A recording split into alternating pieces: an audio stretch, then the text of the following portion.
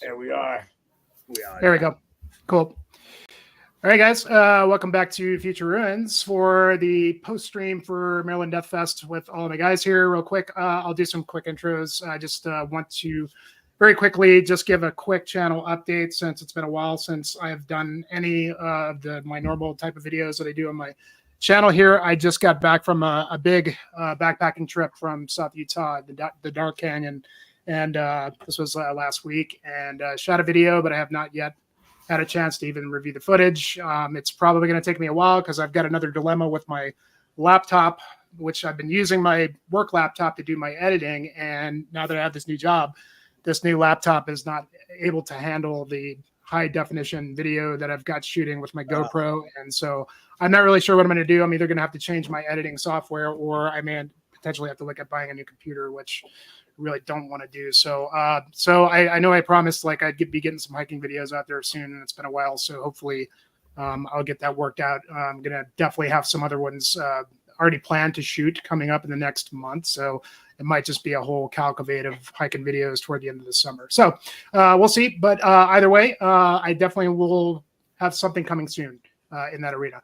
But enough of that bullshit. We're all here to talk about MDF, Maryland Deathfest 2024. I have a number of my festmates here, as well as some acquaintances that we all have. I've got my buddy James down there. We've got Ryan and Nicholas. I believe you guys are from the Sea of Tranquility channel. Correct me if I'm wrong. I put your guys' link in the description. Huge channel. I'm sure a lot of you guys that are watching are familiar with these guys. Go check them out if you're not. And of course, well, our boy Necrotic Nick from Thralls of Metal. Remember him from last time, as well as Geoff from Gas Masks and Hand Grenades, who I finally got to meet all these guys in person. Of course, me and James have known each other for a bit and got to hang out at the last fest. But for this one, obviously, getting to meet Geoff. I'd met Nick, previously, very briefly. Right, yeah. And so this time we got to hang out a lot longer, man, which was a lot of fun. We got to actually meet up and have lunch, and just we'll talk about all that. Of course, John from Thralls of Metal, who's going to be showing up here in a little bit, hopefully, and then Serge and Kim from Black Room Photo. I'm not sure if he's going to make it or not, but we might have a couple other people popping out. We got a little story about him, anyways. So yeah, for sure. So welcome, gentlemen, and I'm just going to start off by saying, like, goddamn, dude, like this one. So 2022 was my first time at the festival. This was the second, and I mean, the other one was so good, but this one just kind of, I thought I must even top the last one. And I just implore anybody that's ever thinking about, attending the Maryland Deathfest. I mean, especially like for myself, I had to fly, I had to, spend a good bit of money, but goddamn, it's so worth it. And it's just like one of those things you're never going to forget. You meet new people, you see amazing bands that you're never going to probably get a chance to see unless you're traveling a lot. Being from the Midwest over here, for myself, I mean, I'd say probably 70% of the bands at this festival I wouldn't have ever had the opportunity to get to see live if I had not gone. But every band was killer. We got lots of bands to talk about. So Geoff, you want to just get us kicked off? I know you had some ideas how we could format this. Yeah, well, so who was at the pre-fest? Well, part of it. Just Nick and I. Yeah, you were there, part of it. So, I mean, technically, it's a 5-day event, but technically, it's really a 4-day event. So, it really gets started on Wednesday with like 5 or 6 bands, and they're all playing. I believe they're all playing. Wait, were they switching back and forth? Yeah, they're going back and forth. Yeah, they were going back and forth. They were between the soundstage and Ram's Head. Your bigger profile bands were in Ram's Head. Your lesser profile bands, I guess you'd say, were in soundstage. And I went down. My day started actually Tuesday night because Kelly Schaefer and I are really good buddies. Kelly from Atheist, and we were talking pre-show, and I'm like, "Hey man, what are you doing when you're getting in?" And he's like, "I don't know, I'll let you know." And the day wore on, and I'm like, "Yeah, it's not happening." I was about ready to call it, and I get a call, and he's like, "Bro, you coming down?" I'm like, "Oh fuck." Like, yeah, I'm coming down, but it's already like 9:30 heading down. It's already 10:30. But we hung out, had some beers, dropped them off the hotel, and then came down the next night and hooked up with Nick, Necrotic Nick, not Nicholas Franco. He's far more formal than I am. Yeah. Far more formal. And John. And so that was how my fest got started. But now Ryan and Nicholas, I'm just going to call you Franco. Is that all right? It's way easier. Keeps So Franco and Skow. It sounds like fucking Starsky and Hutch or something. You can do that. That works. I've watched that show. Like it, man. Starsky and Hutch. It rolls off the tongue. Which one's the good looking one? I guess it depends on Neither. what you're into. Yeah, Right? that's up for debate. Neither, yeah. But anyway, you guys got in. When did you guys get in? And We James, got in I think you Thursday. came in that day too, right? Thursday? So me and Nick, we're Franco. We're good friends with one of the bands that played Wednesday, Morpheus Descends. They're from our town. Oh, right. Known them forever, and they didn't play shows for a while. So this is like one of their first big shows in a couple of years, but it just didn't work out to make it to Wednesday. So yeah, we rolled in Thursday at mid-afternoon and caught the Thursday from that point on. Yeah, I had wanted to go to the pre-fest Wednesday, but I had gotten home from Finland only a few days before that. Right. Yeah, I went to Steel Fest for the third time in a row. So I needed a couple days to, just see the old family and just kind of. How long was the Steel Fest? How many days? It's a 3-day fest. And I spent like 6 days total this time in Finland. Wow. And you were only home for like 2 days, I think, before we. Yeah, I was worried I was going to be super jet lagged, but I wasn't. Did you go, Ryan? Did that or no? No, I didn't end up going, but I know you've gone over to a bunch. Other fests, yeah. I went to a show on Tuesday in New York. Grave Miasma, who played the fest, and in my opinion, the best New York band, black metal band, Negative Plane, played a show. Yeah, so I'm like, I kind of had to go to that. So I went to that, took Wednesday off, and then we drove down on Thursday. Okay. James, when did you come in? You came in Thursday too, right? Yeah, I went in Thursday. I live about 40 miles away, so it's not a big haul for me.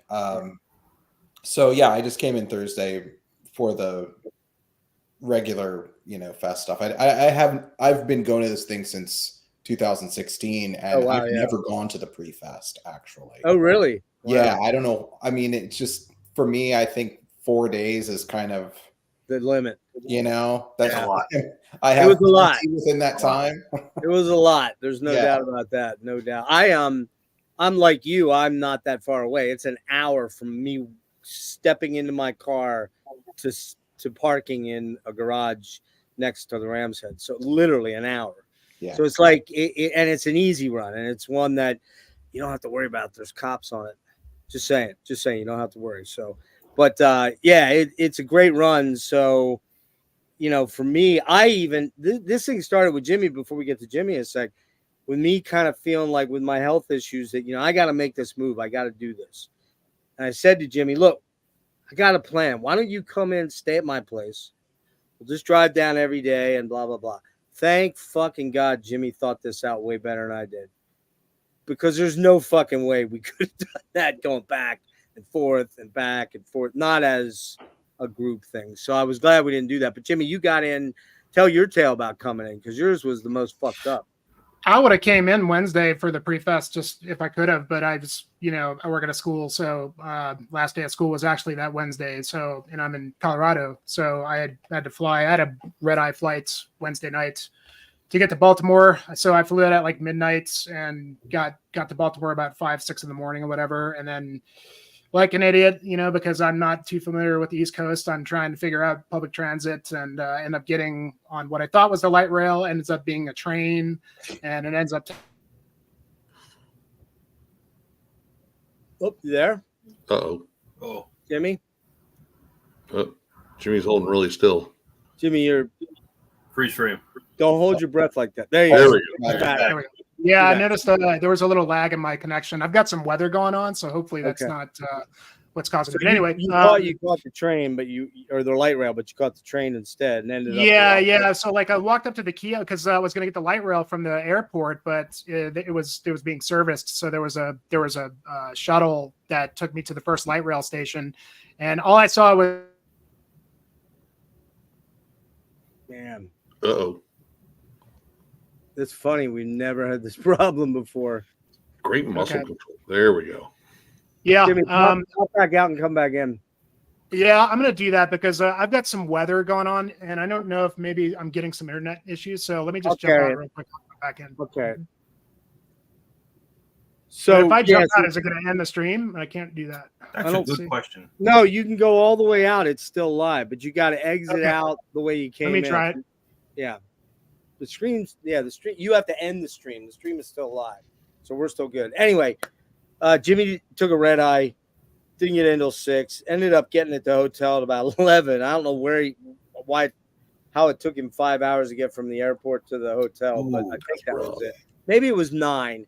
He fell asleep in the in the outer room. They had some couches out there or whatever, bench seating, and then he got the room. And so at that point, I had come down Wednesday night to do the pre-fest. So, Nick, you and I were the 2 pre-fest guys. Why don't we run through that real fast, give everybody a taste of that. And when Jimmy comes back in, I do have some video and stuff that we can quick stuff. But, yeah, so I came down. You guys initially were not going to be at the pre-fest because you didn't have a ticket. Yeah, we decided, well, I mean, we usually go in a day early just because it's a chance to, like, get used to everything, plus go shopping at Soundgarden because that place is awesome. But yeah, we were heading back from the Soundgarden, and one of our fans, she's also a promoter out of New York, said she had 2 extra tickets, and she asked if we wanted them, and we were like, well, fuck yeah. So we ended up meeting up with her. We could have brought our actual tickets there and got our wristbands early, but we weren't going to think about it. We were just excited because, hey, we've never actually been to the pre-fest. And we got there pretty much in time to just to catch about the middle of the set of midnight. Yeah, and so prior to that, I was there early because one of the bands I really, really wanted to see, I'm actually seeing this Friday again, and that's Philly's Crypt Sermon, man. I fucking love me some Crypt Sermon, man. I love that band. In fact, their newest album might be my album of the year already. So it's fucking good. Really so good. So yeah, I did Crypt Sermon, and then we were in contact with John, and I were texting back and forth. That's when he dropped it on me that they were going to be able to pop in. So I met you, I believe, over at midnight. Yep, you met us right at the Ram's Head as midnight was going on, and you're like, these guys are pretty badass. Like, yeah. I must admit, I'd never listened to Midnight. I knew the band name, I knew who it was, just never had that desire to check it out because I'm not really a punk guy so much, but I mean, it's punk thrash. It's punk thrash. Very venomy. Yeah. Dude, it's sleaze and riffs and D beats, and Avnar's a low-key genius. Great frontman, super energetic. It felt like I was like at an old Ramones show in a lot of ways, only a little bit more thrashy than the Ramones. But it was just missing like strippers and cages, and that probably would have completed the whole vibe. That's my 3rd time seeing Midnight. I'm convinced at this point that there's no such thing as a bad Midnight show because he's never not given it his all up there. I can tell you, I saw those guys at Decibel Fest in Denver this past December, and they were excellent. A lot of fun. Just a type of band that even if you're not like really into them, you'll just have a good time just chilling and drinking beer and watching a band like that. I can tell you I always associate that band. Probably like 10 years ago, they played a show out in Chicago when they stayed at my buddy's house. So they, you kind of figure a band like that are like they're fucking maniacs, right? So he says he wakes up about 8, 9 a.m. and the main guy, he's doing the guy's dishes. He's washing all the towels. He's like cleaning his apartment. He's like, oh, you let me stay here. I figure I clean things up for you. He had everything, all the laundry done. And he's like, dude, you don't have to. He's like, you're my guest. You don't have to do this. He's like, no, I felt bad. It's like this guy cleaned his whole apartment for him starting at like 6 a.m. So now whenever I think of midnight, I think of this guy like doing dishes and folding towels. He's from Ohio. We're corny. We do shit like that. Just very polite guy. Yeah. So then I skipped Mulder. I think you did too, right, Nick? I didn't get there in time for Mulder. Otherwise, I would have saw him. I've seen Mulder before in Indianapolis, and yeah, solid old school death metal, just fun. Yeah, and then we dipped on over and caught Altars, maybe about the last half of their set, and I saw them open for Ulcerate back in November, and I really dug them, and they're friends of mine, so I kind of dig their shit. Yeah, very, very dissonant, but very Portal meets a little less fucking weird, as Portal and out there as A Portal. lot of things are less weird in Portal. Did you guys catch it? You happen to catch Morpheus at all, or? Yeah, we did. Then we did we did Atheist next. Awesome. Which Atheists were fucking savage, man. That band is so hungry and young, and every player's a fucking stallion, man. I mean, and then there's old man Kelly, my dude, just up there leading the charge. He's still a dynamic, great front man. They were killer, I thought. One of my favorite bands I saw all festival. Yeah, top 5 for me for them. And then Morpheus, we went over, and man, are they fucking... They are heavy. Jesus those Christ. are our boys. I love them. They're like tuned to A or something. It's like Ripicaloo fucking heavy. Oh, dude, it was like watching Suffocation and Mortician at the same time. Like, fuck me. Kind of like watching concrete dry. It just had that effect, you know. While it's falling. They were cool. Plus, they were selling shirts for only like 20, but they didn't have any larges for me. So then I got one. You know, I'm gonna admit something here, man. And all my buddies know this, but and Ryan, Nick, you're gonna be like, oh man, we can't be on a stream with this guy ever again. But I just didn't really know Sodom other than Agent Orange. I just never got there, and I don't know what the fuck. Yeah, I know. Like, does everyone have like a poser bell to ring? Hang on, it's not that I didn't know who they were, and it's not that I didn't sample bits and pieces here, but I just didn't get it from the listening attempts that I made a few times in the past. But Jesus fucking Christ, live. Oh my God, man. I was just like, well, Nick will tell you, you know, it was like I was 22 again. I was fucking head banging and fucking jumping around like I didn't have severe nerve pain all over my body. It was like there was a fair amount of beers that snuck their way into your tum-tum. The alcohol helps. That always lubricates the setup. All of a sudden, a little bit looser. But I was cool because I knew I had to drive home. So by the time we got to Sodom, I had been decelerating. Oh, you thrashed out most of the booze in your system. You went fucking ham, dude. I think I did. So that was before the glasses were broken. But then I headed home. Jimmy gets in, and that's kind of where our story picks up. Wait, you didn't catch Malakesh at all? Well, I did for 3 songs, remember? And then remember I went out to Taco Town because I was fucking starving. I hadn't eaten in like 24 hours. And then by the time they finished, you were gone. The place was basically empty. And it was just me and homeless people. I'm like, yeah, this is not a good thing. I need to get the fuck out of here. Plus my parking was like $46 because I parked in a fucking like hourly parking lot. I didn't realize. So there you go. So I headed home. Came down, and then, you know, I didn't get down to about 6 the next night. So if you guys want to pick up, I'll let Nick pick up. Nick and Ryan, why don't you pick up how you got in, then James will go to you. Actually, I'm kind of curious before I go any further. What's the first year everybody went to MDF? I might be the title holder on this, but I want to. 2019. I'm still relatively new. 17 for me. 2012. 2012. 2016. Since 2008. No, you've been saying since the beginning? Well, the first one was like 2001 or 2 because it started. It was like a 2-day festival, mostly like grindcore and the death metal, and it didn't really get big until 2009. But yeah, first year I went 2008. Are you the youngest guy here? You might be, right? I'm 42, so I think you're the youngest guy here. How about that? That's interesting. I only missed 1 year. I missed 2017 that Franco went to. Because the only band I really wanted to see was the Czech band Root, who I'll never fucking see now, and I still regret it. Was 17 Autopsy and Candlemass? And it's a blur. I'd have to look it up. It's a blur. It really is. But, I'd have to look it up. That was my first year. I went to, and I fucked up. I only took 1 day off of work. I worked like a retail management job, like of a big place, and I took the wrong day off. Took it off for Autopsy and ended up down there for Candlemass, which was okay, except Leif Edling wasn't with him and fucking Mats Levin was singing, and this was not that great. So, but anyway, so yeah, we get all started. You guys head down late morning? Yeah, so we head down late morning. I mean, actually, I met Franco at a Sodom show about almost 20 years ago now, which he doesn't remember that well, and I don't remember that well either. Didn't see Sodom for almost 20 years because they just wouldn't come to the States. And there was a while where they'd book them for MDF and they cancel. They book them, they cancel. It was like a running fucking joke around like 2010, 11, 12. Yeah. So like, Sodom's never coming back to the States. We finally see Sodom again in Bergen, Norway, at Beyond the Gates Fest in 2022. Oh, wow. They had the guitarist from Agent Orange back with them at this point, which they still do, Frank Blackfire. Frank Blackfire, yeah. It was amazing because, we've been to Norway a couple times.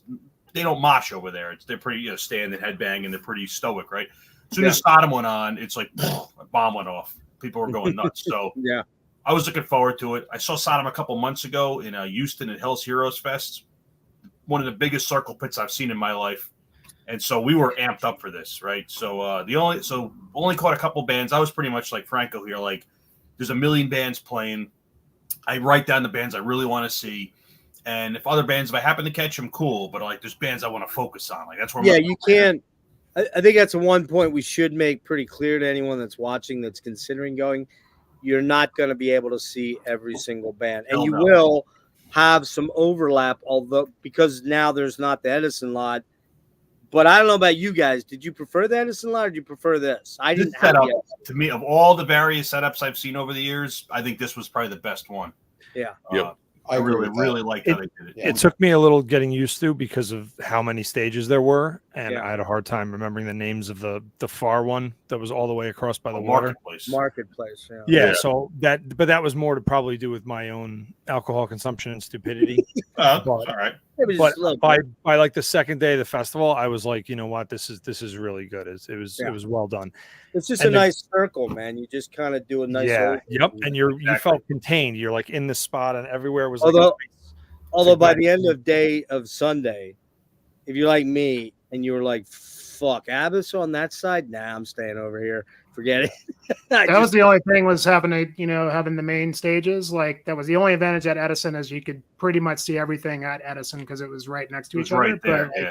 But this layout was so much better, especially just with the heat. Like, it was so much easier to get shade and like just be able to get into places that were just a lot more comfortable. Whereas like Edison lot, there was only really one place to get shade underneath the bridge. But and if you did that, you couldn't see the stage at all. So you'd just be sitting out there baking. The coolest thing about Sodom this year was like what was the name of that stage? That was the that was Power Play. Power Play. Yeah, so that was outside. That was in the outside was it was like a cylinder shaped space where like the stage is at the back, and the best thing was that there was that bar right, and we were right there set up. Oh yeah, that's where we were up. Yeah.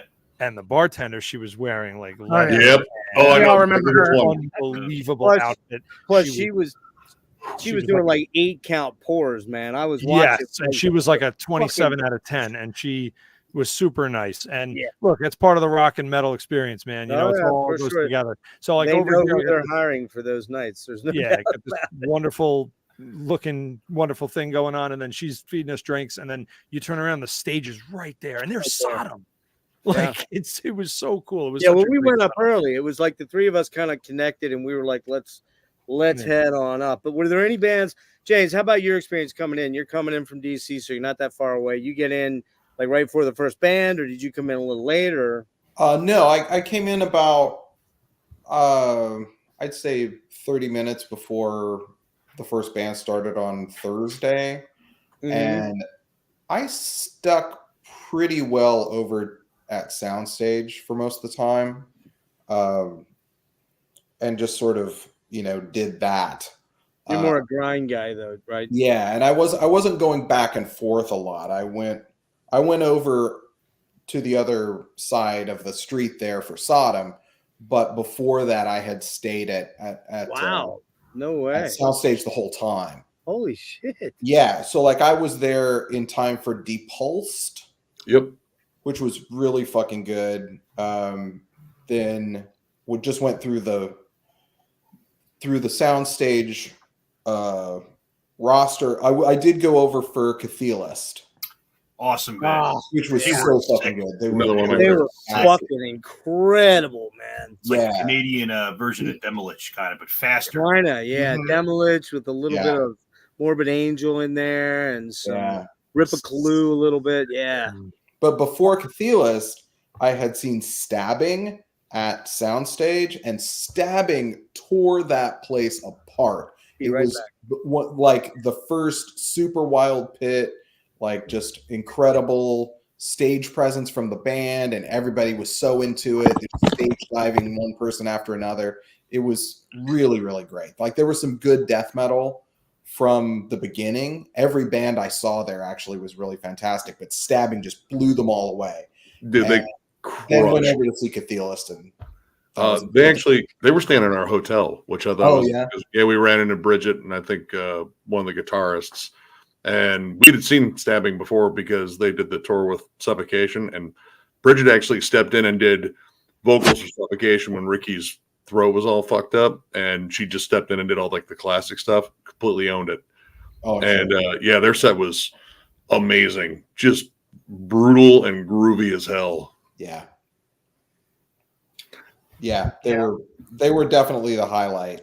And then I wish I could have seen more of the soundstage stuff with you, James, because like I only caught Internal Suffering and Cenotaph, I think was the only things I saw that day at soundstage. There was like so much conflicts with like, you know, even like throughout the whole fest with like if you wanted to see a lot of soundstage stuff. Did you get a chance to catch Kernagia?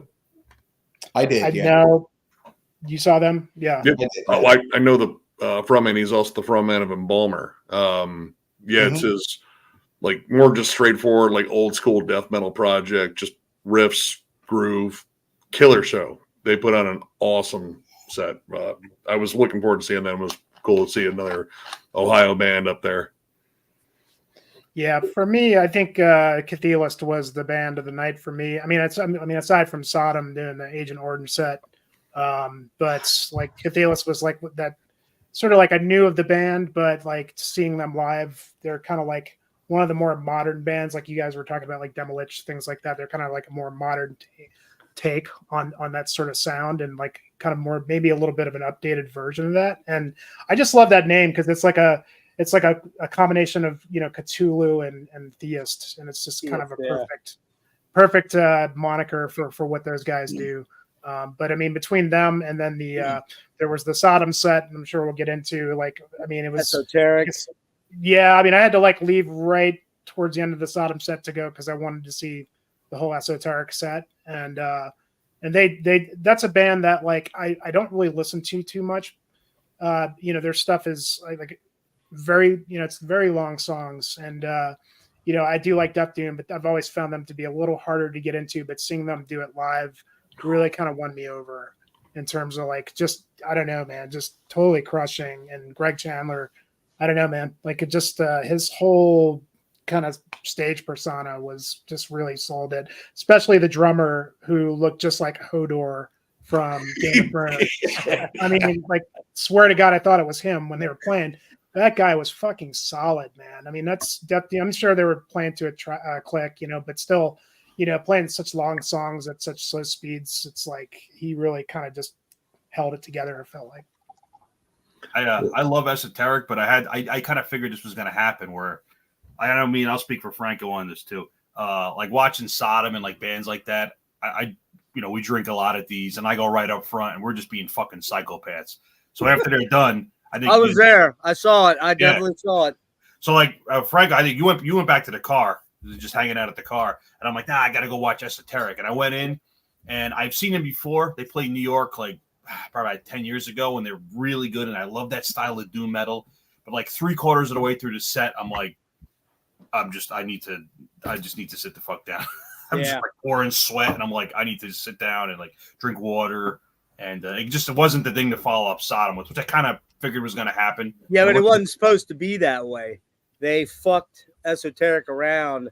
I forget who bailed out. Somebody bailed. Coffins bailed out. Who was it?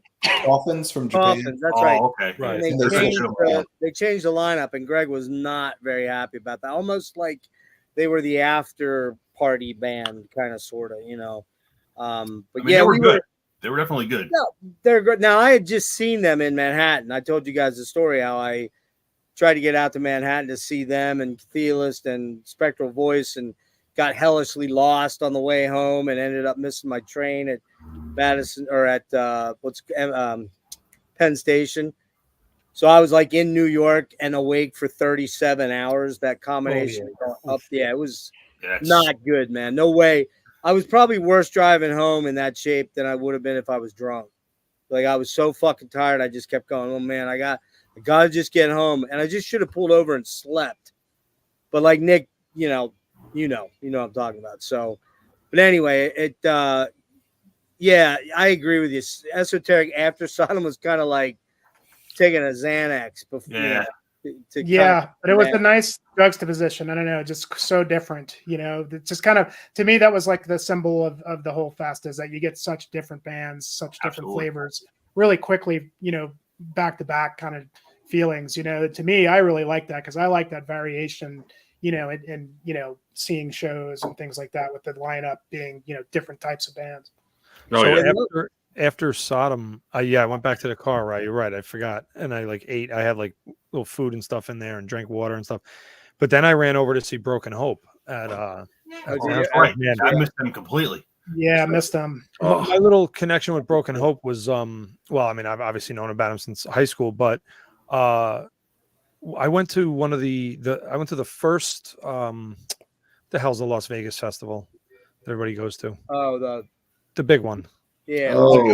Psycho. Skeleton Thank Fest? you. Yeah, I went to the first one after they let everybody out of their houses. Right. Finally gave us our lives back a little bit. I went to that one, and Broken Hope was there, and I just remember it was just such a perfect. I had missed that frenetic energy of a grinding death metal show. That was one of the first ones I saw.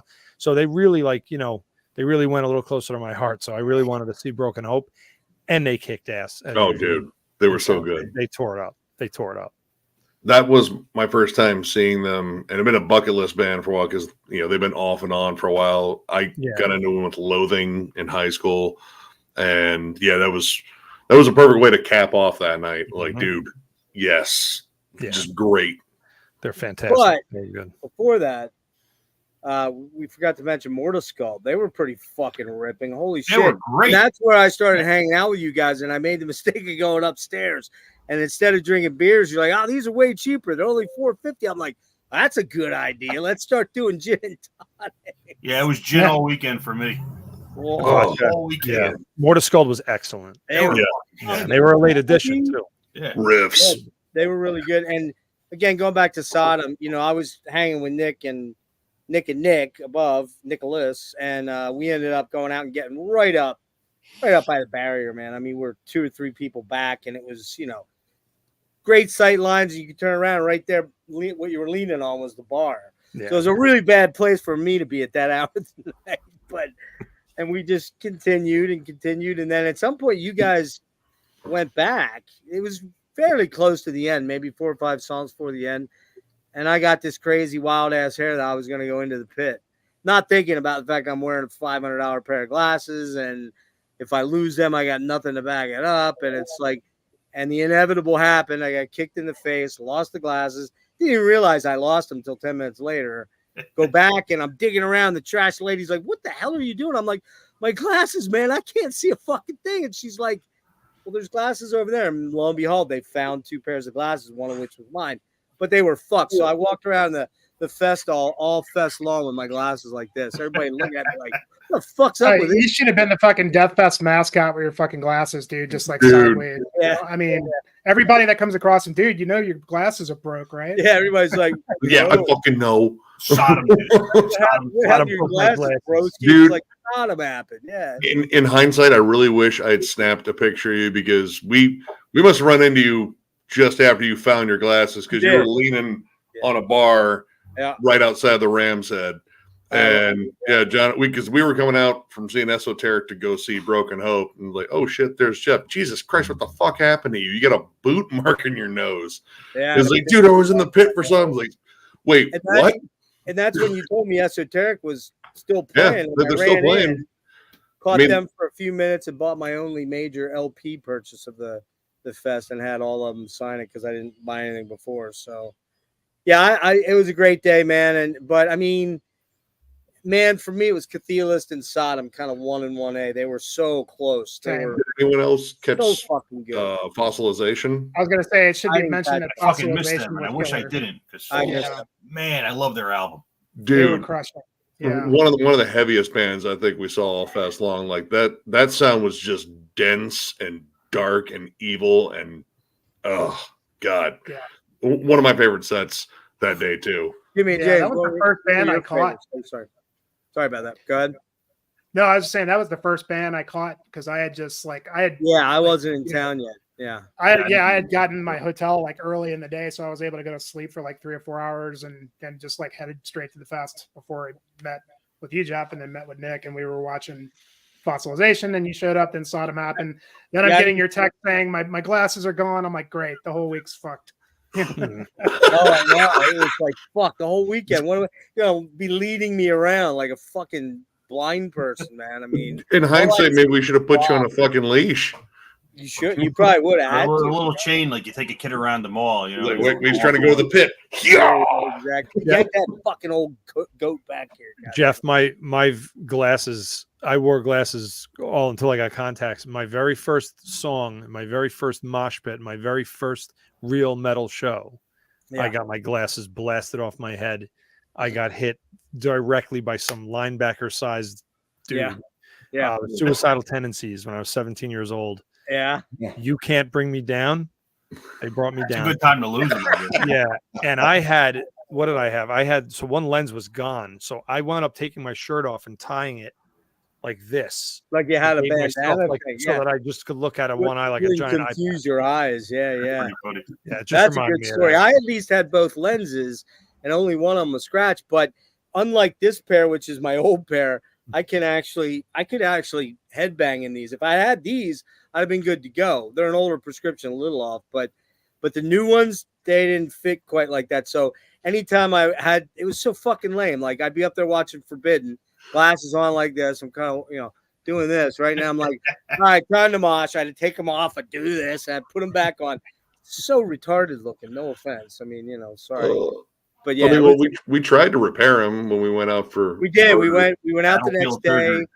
We did all kind of surgery trying to fix that was a whole fucking that was a whole ordeal at that fucking Abbey Burger, man. What that chick was cool as hell, but man, she was determined. I'm like, it ain't gonna work. There's no way, But anyway, so part of the fest to me is there's gonna be bands you want to see and you can't because there's too many. And Fossilization was the first because I bought that album and it reminds me of my favorite live death metal band ever, which is Dead Congregation from Greece.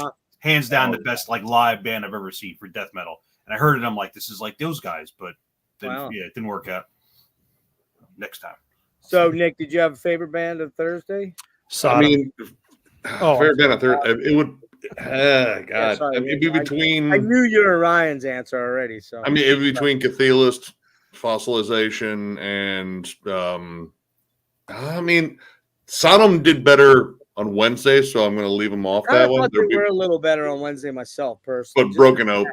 I mean, Esoteric was amazing too. I mean, honestly, I don't think I saw a bad band, if I'm being completely honest. Yeah. But yeah, those are the big standouts. Cathedralist fucking, warped my mind. I only saw one band that I walked out after 2 songs. I'll get that in a minute. James, how about you? Favorite band? For me, I think my favorite was probably Stabbing. I think that the biggest surprise for me was a death metal band called Incinerate, which I was actually not familiar with. I'd heard like whatever they had on Apple Music, but I had never seen them live or really gone into any sort of depth with them. They fucking destroyed. They were absolutely awesome. Really, really good. Old school death metal, just, hard hitting stuff. Apparently band's been around for a while. They just weren't on my radar, and they're definitely on my radar now. And the other big thing for me, honestly, I mean, seeing Sodom finally, like Ryan was saying earlier, they've been supposed to be on MDF forever. Yeah. 2 different times I've gone, they were supposed to be there right up until go time and canceled at the last minute. Yeah. So it was nice just to see them finally. But one of the big things for me, honestly, was Internal Suffering. I love that Colombian death metal. Yeah, they were killing. I like a lot of those bands, and finally seeing, I've said this to Jimmy many, many times, but seeing Internal Suffering was a huge thing for me, and they totally destroyed. They were so good. And just seeing the crowd behind them while they were doing their thing and everything, it was just really cool. really great experience. So yeah, those were the highlights for me Thursday. Yeah, Jimmy, Eternal how about Suffering goes back a long way, you know. And like those guys have been around for a long time, so I had been aware of them for a long time as well. It's just really cool to see those dudes, and like they had a really big turnout too. Like you tell a lot of people were there. They over at Soundstage? Yeah, Soundstage. Yeah, but I mean, yeah, for me, like I said, you know, I mean, everybody was great, but kvlt was really the band for me of the nights. I mean, the Sodom set was amazing too. I mean, but I wish I in hindsight, I really wish I would have seen the Wednesday Sodom set just because I would have liked to have seen, you know, some of the other material. But you know, Agent Orange is obviously great. So I mean, it was almost like sensory overload because it was just the first night, and I was you're overwhelmed, you know, like trying to figure out like where I want to sleep. Low on sleep, high on alcohol, all that shit. Well, I mean, like, yeah, it was that. And like, I don't think I picked the best spot to watch Sodom because it was really packed. And by the time I looked for a spot, I think you guys were already up front. And we were in the best spot in the house. Yeah. Sure. I think I would have enjoyed it more if I would have gone a little bit further up into the crowd, but still it was amazing. And again, that esoteric set was just, they really brought me into what they do. Just killer. But yeah, dude, I mean, like it's hard to pick, you know, who was the best, you know, it just was so much variation, so much cool stuff going on, you know, different types of bands for the first night. So I think, I'm trying to remember after Internal, I did not go to Broken Hope. You and I went back to the, we were both pretty well, we were hanging out with the esoteric guys. That's right. After the show, by the time we got done, Broken Hope was already halfway over anyways, or more. And we just decided to get to the hotel because we had to move my car. Remember, we had to move my car. I mean, it's like the first night I meet this dude, I'm like, I'm gonna strangle his fucking. Hang on. So Jimmy's fucking baked ass tired. I'm parked in this garage. It cost me $15 this time. I got wise, but I can only park for so long. I got to move it over to where the hotel is, which is a walk, but not that far. But I know there's a street. I know a specific street that's walkable from where the best grounds are. I'm like, no, just, you know, and I'm trying to find it. And because I'm a little buzzed, but I'm also wasted tired. And I haven't been down in that area for a while. I'm trying to find it. And then we find it. And I'm like, oh, fuck, it's got parking signs, but they don't have anything on them. That's weird. There's no times or who's going to pick up. I'm like, let's take a chance. And Jimmy's like, fuck it, dude. I'll just pay it. Just go back to the fucking hotel. I'll pay it. And I'm like, no. But remember, I said it like that because we were sitting there deliberating for so long. Like, should we or should we not do it? And it was like fucking 2:30 in the morning. Yeah, it was. I was like, dude, fuck it. I'll just pay it, dude. Because I was like so sleep deprived. I was just paralysis by analysis was what was going on in my head. And I'm like, if I got to tow this fucker, it's going to sit there for like we're sitting there deliberating. Like he's like, there's a sign, but there's not really a sign there. I'm like, dude, there's no fucking sign. Fuck it. It's cool. Let's go. Well, but maybe we should, you know, let's sit here and think about this. No, fuck it. Let's just go. All right. Anyways, we parked. We went back to the hotel. And then I guess we got up fairly early the next day and we met John and Necrotic Nick over at Abbey Burger over in Fells Point. But that actually was not how I woke up. I woke up to a text from John Holmes saying, where the fuck are you? We're going over to Soundgarden. I'm like, what? Like, I just woke up, bro. So I walked over. I met the Aga dudes, Jeff Wagner. You guys know who Jeff Wagner is, I assume, right? The writer of the, and Hunter and all the guys, everybody but Jason actually was there. And then I came back. We moved my car again, and then we ended up heading over. I think. Well, no, we met you guys at Abbey Burger right then. So we had a killer fucking afternoon lunch, and then I think we headed over pretty much right after, right? Yeah. I was there right for the start. Went immediately to the soundstage to watch Contusion, and they flat out crushed. That was a great way to start the day. Who did you?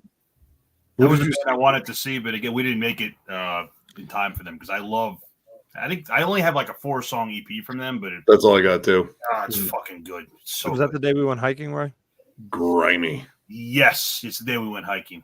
Yeah. So you guys got up the next day after drinking like you did for Sodom, Joe, and we didn't get up early though. Like we slept like 11 o'clock. And then we got our sweet time, and we got breakfast. Then we went hiking. So like we didn't roll into the fest till like Or Noir was the first one I wanted to see. Or Noir. Yeah, that was the first one that I saw. When you say hiking, you mean you guys just went and walked around town, or did you? No, it was like a bird sanctuary, or oh, okay. It was like not a lot of elevation up and down. No, clarify with that. It's a nice foresty. Yeah, like we walked through like forest trails, like for probably like 4 or 5 miles. I think it was pretty nice, but that's cool. You got a good. Let all that alcohol out before starting all over, and do it all, pickle yourself all over again. Yeah, the only guys over the giant rats in town. Yeah, so Jimmy and I got over. Well, Noir, I think, was the first. Yeah, Noir, but I got a call from John, and I ended up, as my friends would say, sucking rock star dick, apparently, or something like that. But I was. No, that's exactly what we said. That's exactly it. Yeah. Yeah, that was pretty much it. That's what you did say. So I was hanging out with the Aga dudes, and it was like because of my dysautonomia and my temperature issues, I ended up going in their meth camper. They had an Eisenberg meth camper as the green room for the headliner band did for Agalloch. And so I went in there and kind of hung out, and I watched Art Noir through their fucking camper window, which was pretty anticlimactic for me. But yeah, so when did you headed over early? You said you caught a couple of the early bands, Nick? I caught just Contusion, and we heard a little bit of Defeated Sanity. I'm kind of wishy-washy in that band. Like some of their albums I think are awesome. Other ones are like, dude, this is just pure brutal chaos. So since that was when I think that's when the whole area was opening up for the market, the whole shopping area. So we decided to check that out, and we made it back over for Art Noir because I wasn't missing that, because that's the band that got me into Black and Thrash, like in general. Like I heard Black Thrash Attack, it was like, dude, this is like the perfect marriage of things I love. And they ripped. They were killer. It was great. And you guys caught Art Noir? Was that the first band you caught, Nick and Ryan? Yeah. So I saw them. I mean, I saw them years ago, and then they were fucking amazing. Then they broke up for quite a while. Then they came back and they played last year in Chicago at Metal Threat Fest. And it was literally, even though they're playing Chicago, it was like literally their first show back in years. And it wasn't that good. Like they didn't feel that tight or rehearsed. It wasn't bad, but it was like kind of anticlimactic. So whatever. So they were 100 times better at Maryland Deathfest. It was like way more dialed in, and it was just, like you said, it was just perfect mix of like black metal and thrash, like just done, chef's kiss. It was really good, and I thought they were fucking great. Sounded good. I love those guys. So. I didn't catch them way I would have preferred, because we were all in this camper. There was it was kind of a weird spot to watch them, but it was. I remember James looked over at me. He was like, I forget how often I need to remember to listen to Art Noir more. Yeah, I was thinking the same thing. I got it. They played Maryland Deathfest before. Yes, quite a while ago. Quite a while ago. That was my introduction to them. That was a good set. I remember that. I was standing in the Edison lot and knew of them, but didn't really know them, and heard them play live before I heard their album. And it was a very good introduction to them. And it's one of those things where, like, when I hear it, my reaction is very much like Nick, like this is just a perfect marriage of things that I like, but then I just forget. So many bands. Like there's too much stuff to listen to. So. But I had actually gone to Contusion and then saw Defeated Sanity, which was okay. It wasn't like my favorite thing in the world, but they were good. And then went to see Triac, which is an excellent grindcore band. They're awesome band. Good local band too. I think they're from Maryland or Baltimore, right? Our friend is friends from with around them. here. Right. Oh, cool. I saw them. I want to say I saw them multiple times in like 2004, 5, 6, and then I don't know. It seemed like they fucked off for like almost 2 decades. And I saw them. I want to say last year they played in New York after. Like, I guess the drummer is the only guy left from like back in the day. But I meant to see them in here too, and it's just one of those things where I think they played the same time as some other band. But yeah, they're an awesome band. Really, good. They were really excellent. And in the about halfway through the set. Adam Jarvis from Pig Destroyer and many other bands, the drummer, came out in the middle of the set. They introduced him. He came out with a snare drum and a cymbal that was on a big stand, so it was like above his head, and he was playing like this on the cymbal, just the cymbal and the snare drum, trying to keep in time with this incredibly chaotic grindcore that was going on. And so he like came out to sit in with the band, and he started doing this, and he was like, grrr, and lasted maybe a minute and a half. And was like, fuck this, it's not working. So he just took the shit off stage and left. Oh, jeez, weird. But it was an odd little attempt at a sit-in. But the set that Triac played was really, really good.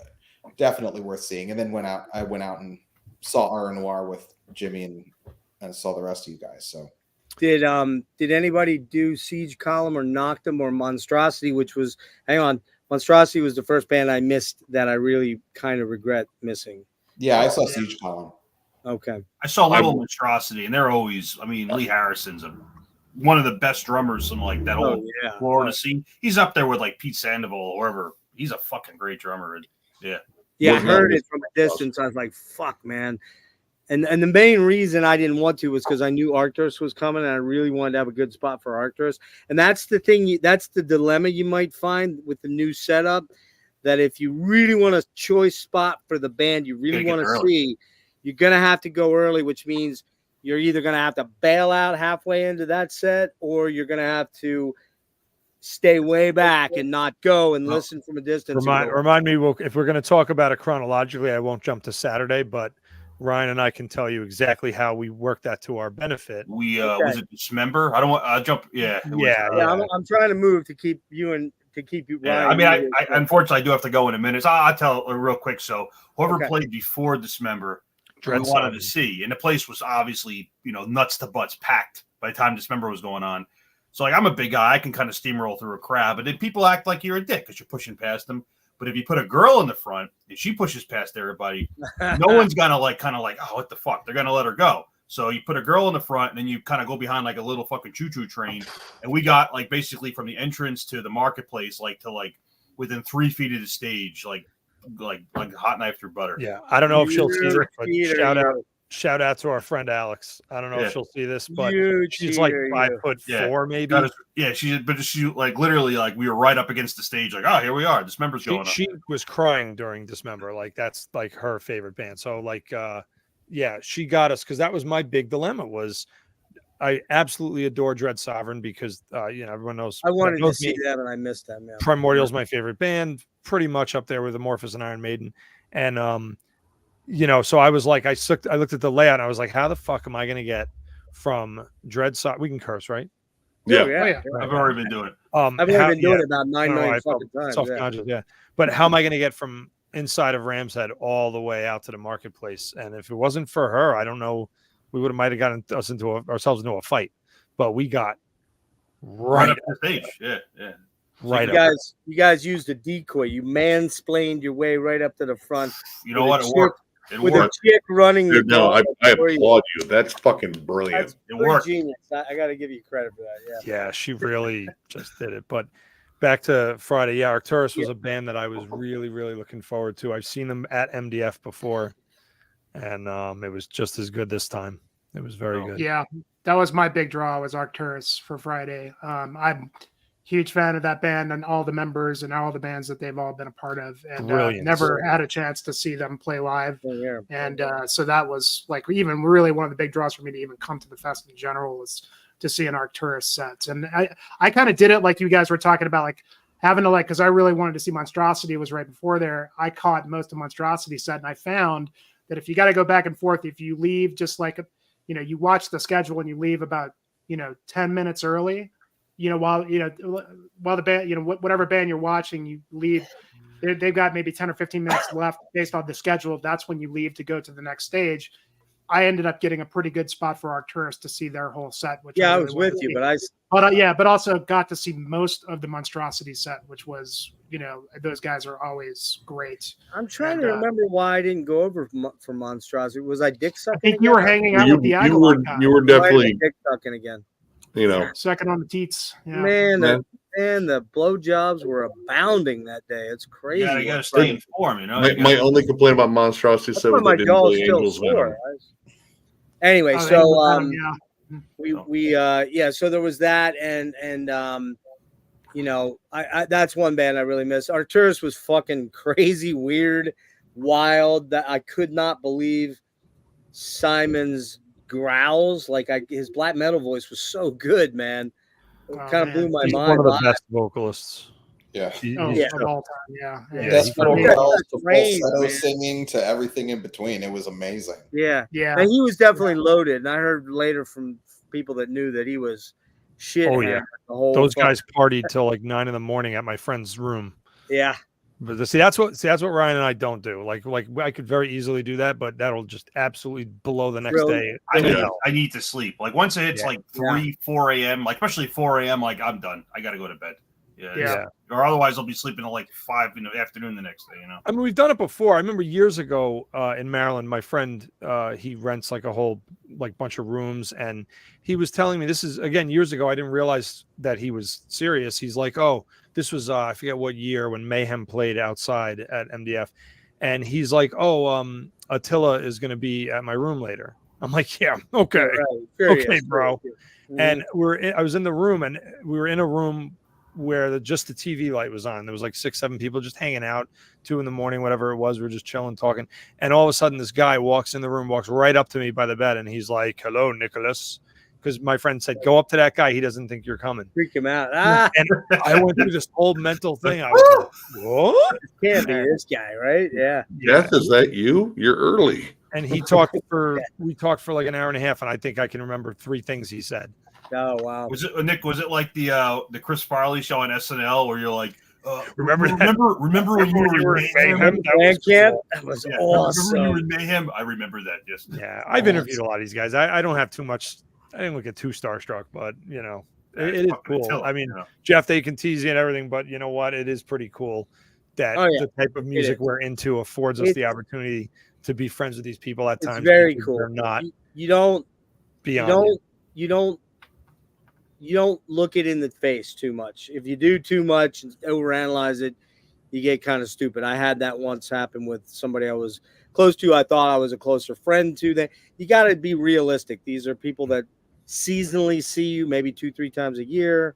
You know, you're friends, and some of them give you their phone number and you talk, but you're not, you know, lifelong people that you've known forever. They're not, you know, but so yeah, it's something you got to keep in check, but it is cool. It is kind of cool to go, oh, there he is, sucking some cock, need some new knee pads.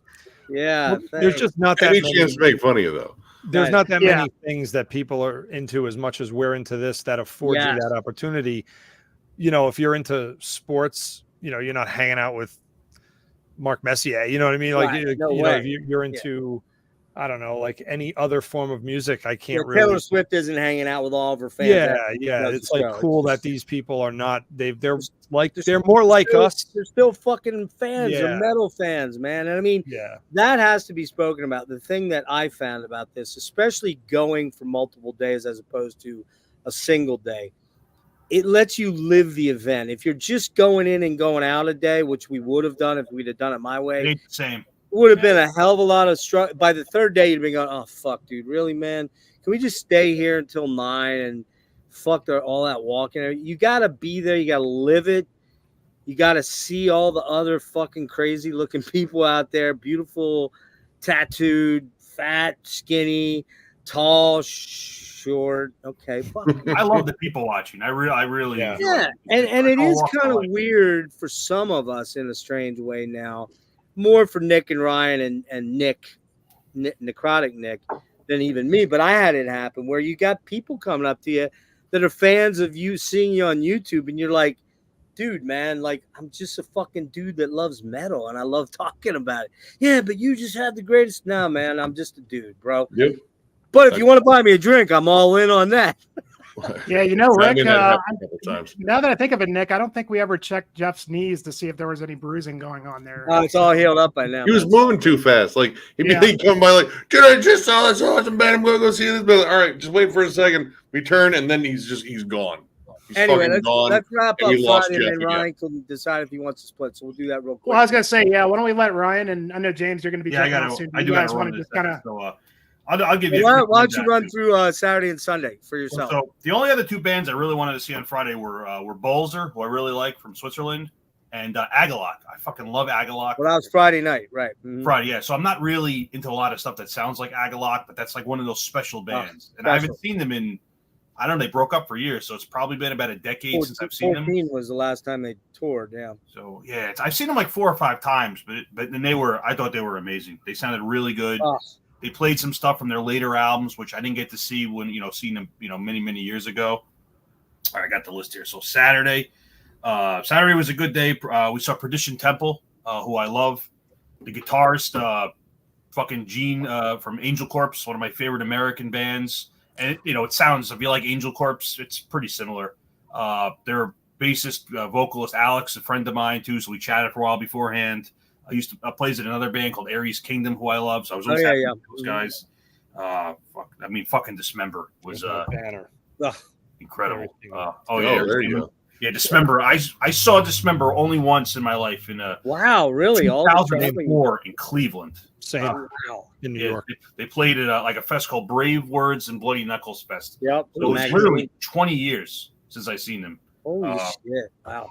So and the one band I wanted to see the most. Any surprises on Saturday? Anything that you checked out that you didn't know about or that you barely knew? The one band I wanted to see the most and I missed, and I'm regretting this, but they put this Norwegian thrash band called Death Hammer played in Ram's Head. They were fucking amazing, and I was probably the drunkest I was the whole fest. I was just absolutely just ripped off my tits. They finished, and Sacrifice was going on the Marketplace. Yeah. I love Sacrifice, one of my favorite thrash bands, and I was just so like absolutely. I need to sit down and blottoed.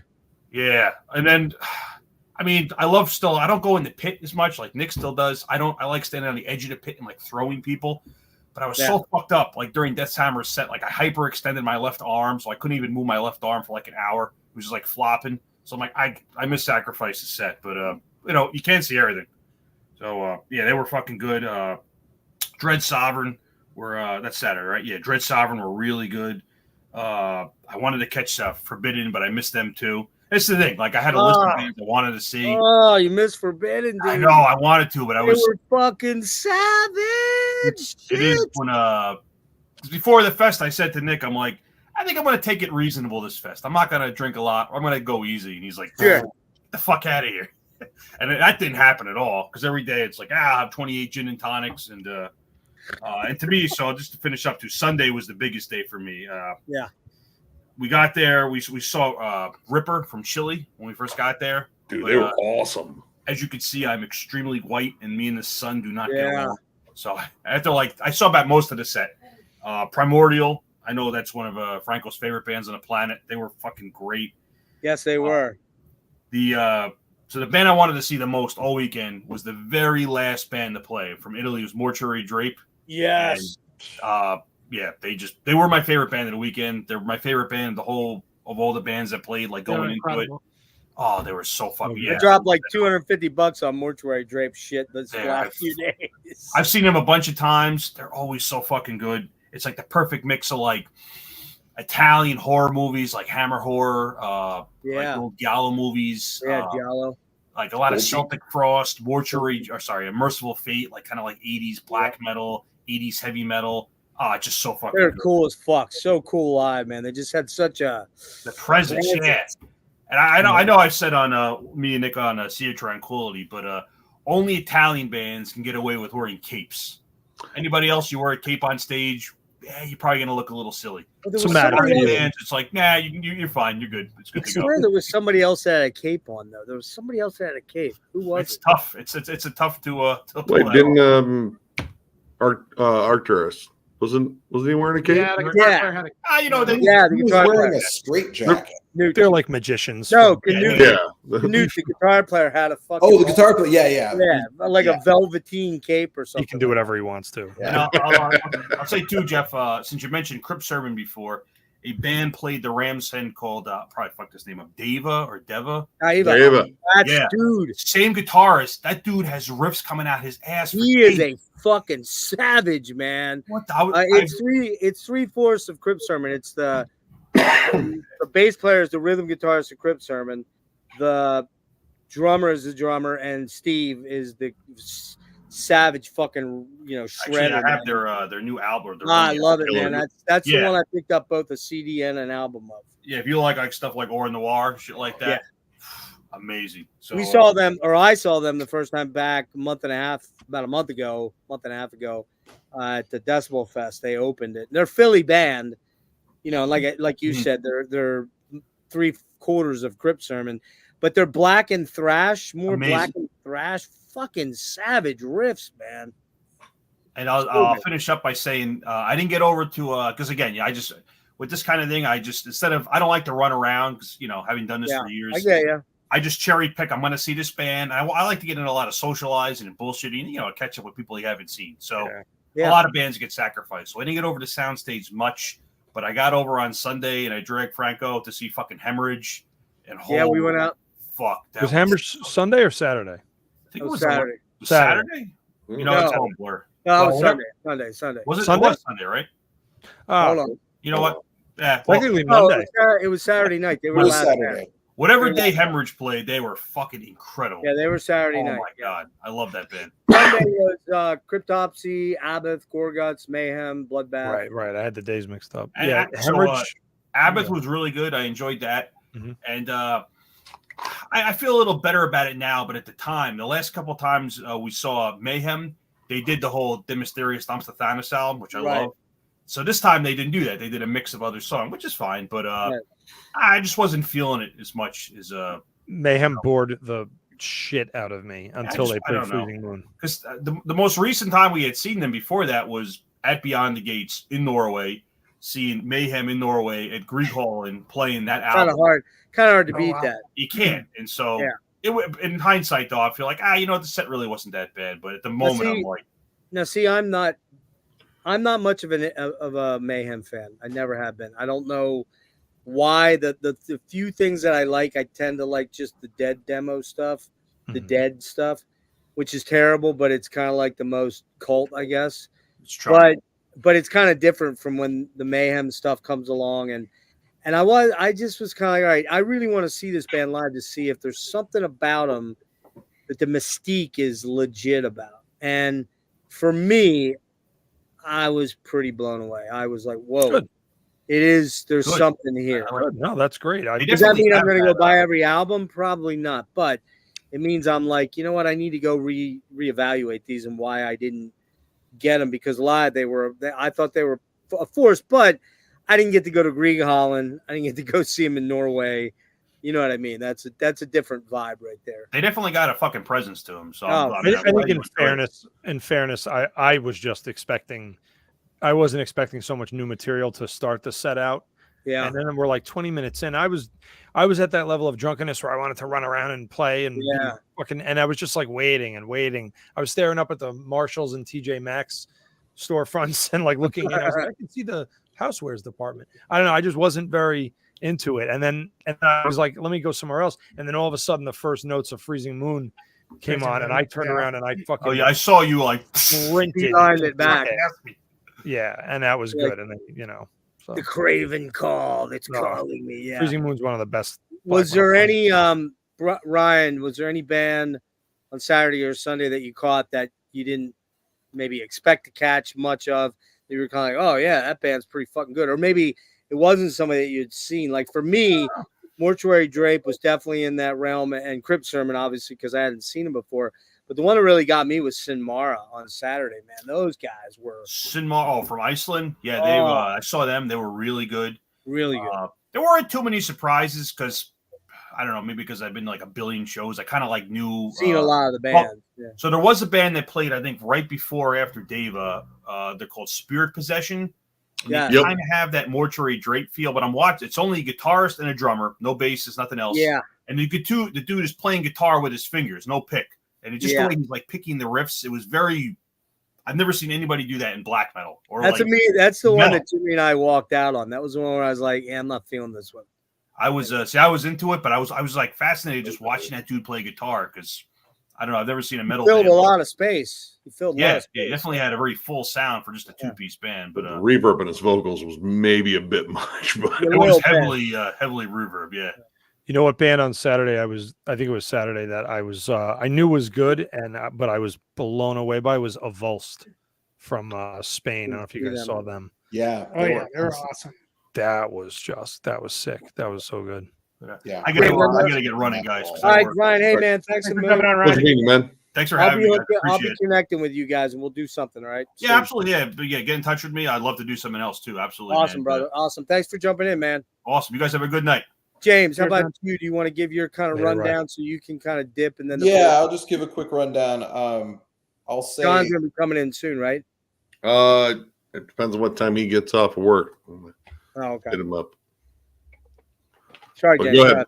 Yeah, I'll just say that on Friday after Arcturus, which was super weird in its own way. It was weird, but great, right? Fantastic, like just totally awesome. But then I went directly into Soundstage and saw Sissy Spacek, which is like a two-piece grindcore band that was fucking insane in a completely different way. So it was like Arcturus in this kind of mystical sort of taking mushrooms kind of headspace, and then you just go into hear Sissy Spacek, and they're just like it's completely psychotic music. Savage. That's cool. So it was a really nice juxtaposition of those two things for me. That worked very well. And then came out for Agalloch, saw Brodekin, Brodekin's new album is one of my favorite albums this year. I think that new album that they put getting a lot of good press. Best thing they've ever released, in my opinion. And in Soundstage, there's a sort of big floor area, and then behind is an elevated area where you stand, and that's usually where merch stuff is, but in this case, all the merch was outside. So that was all filled up with people. Wow. And during Brodekin, a guy was stage diving, and he crowd surfed over the front part, which is what you usually do. But then the guys took him across the pit and handed him off to the people behind the pit. And so then he crowd surfed all the way back to the end of the floor part. They picked him up and put him over into the elevated part of the auditorium. So he crowd surfed from the stage all the way back to the far back of the it's pretty far. That's pretty far, man. Okay. So one guy did that during Brodekin.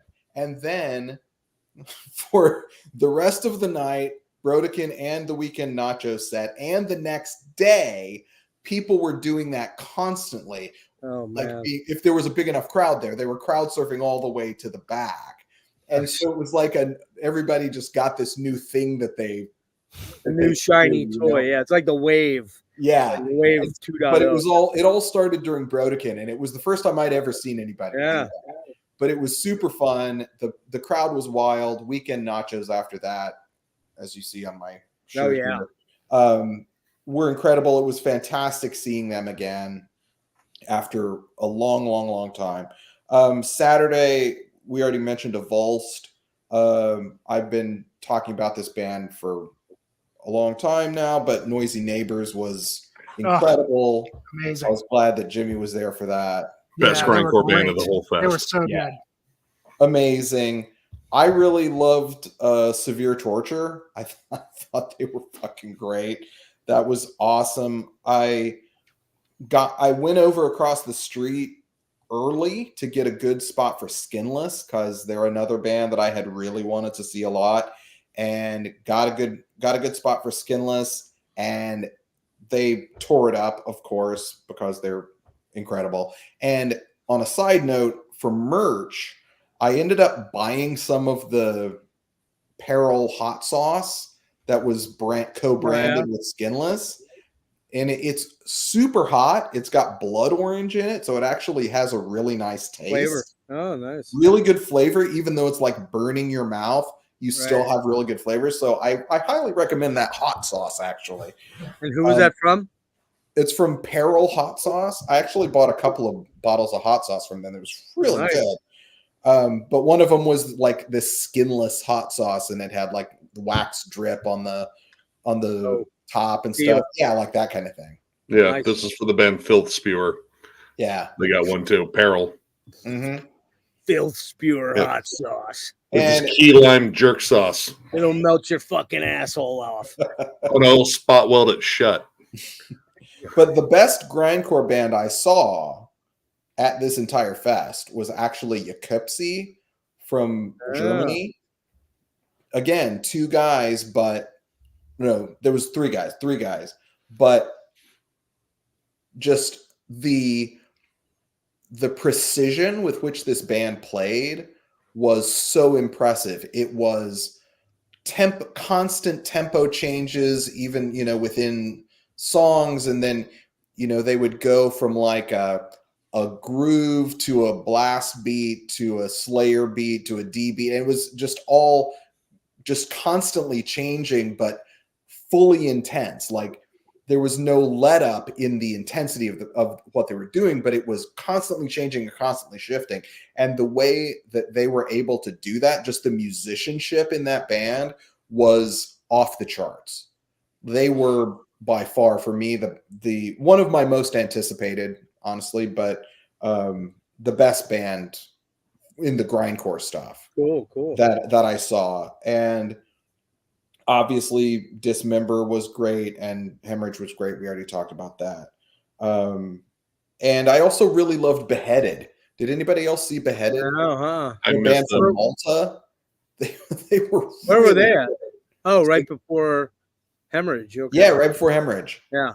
And that was sort of my strategy with this, was staying fairly close to soundstage and just letting myself take a break in between sets. Yeah. And like sitting down for a minute, because not a bad idea at all. Yeah. Cause like at 51, it happened to me during Abbott. That was the big one where I was like, man, I just can't go from here to there. I just can't do it. Yeah. I'm too wiped out. Not enough alcohol in me to power through. And it was, I get it. So I fully understand. It only gets worse, James. I'm just letting you know. I picked my spots as well. I wanted to tell you guys one thing. I don't know if anybody was up close during Dismember, but well, first off, very close.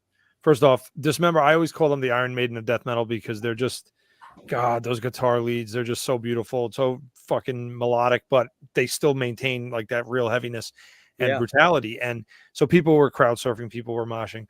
And at one point, this guy was crowd surfing past us, and it was not as smooth as the thing you guys were talking about. They dropped him by accident.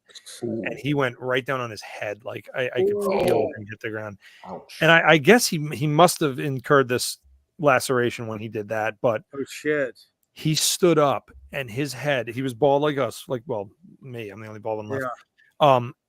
I mean, it was so deep that like I could definitely see the little bit of like fatty tissue between. Oh, like I imagined, I thought I saw a bit of his skull, but I doubt it. I think it was just he bleeding like a motherfucker real fast. Fucking split, yeah. And I like this, I walked him over to the side. Nice. And the security guard happened to be. And listen, let me say, the security at MDF is great.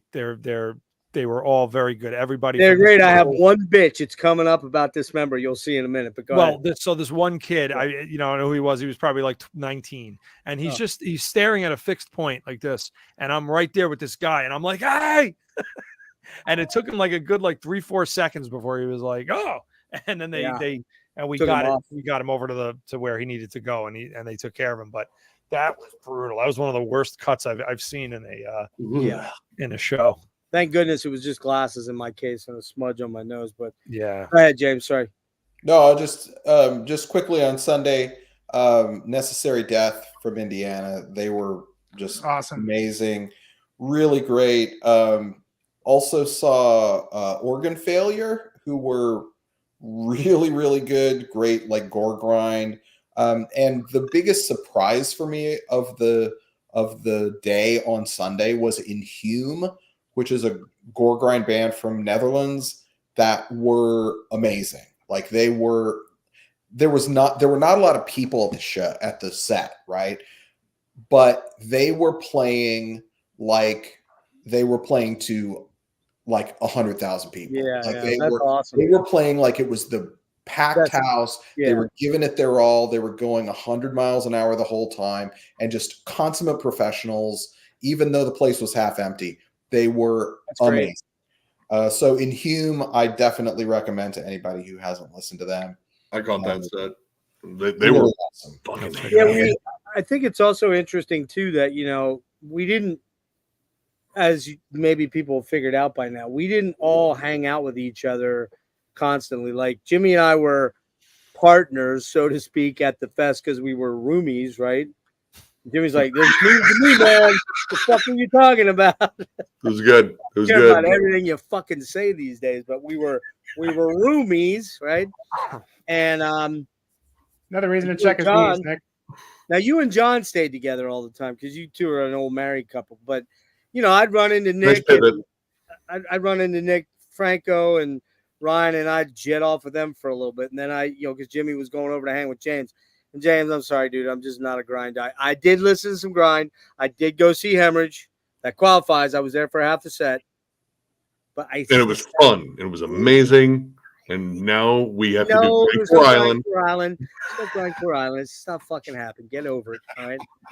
But it was. But that was kind of the cool thing. You didn't feel. I think the only time I felt a little bad was on Friday. Serge came in. My good friend Serge of 30 years. What's that? Yeah, not in the Burton anyway. That's fucking great. Thanks. One was Rick. Good luck, Bert. Thank Rick. You fuck. Grindcore, Bert. But I'm going to be Bert and Ernie with you on Friday, bitch. So fuck it up, Buttercup. So anyway, my good friend Serge came down with, as it turns out, the only female that was in our crew.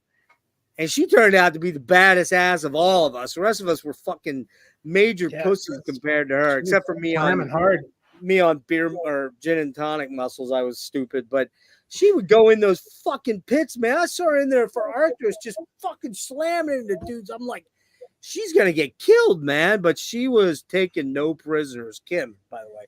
So yeah, that was fun. But I think the one we're gonna have was that I was dick sucking a little bit too much.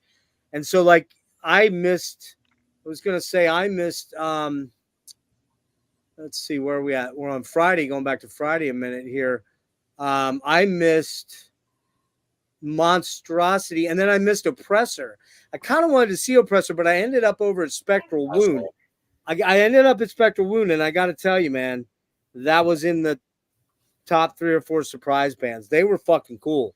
They're kind of like they're kind of like fucking like Sisters of Mercy mixed with fucking, the Mayhem or some dank ass fucking, cult black metal thing. But they had this more like star power vibe to them. It was cool as fuck. I liked them a lot. Anybody else see them, Jimmy?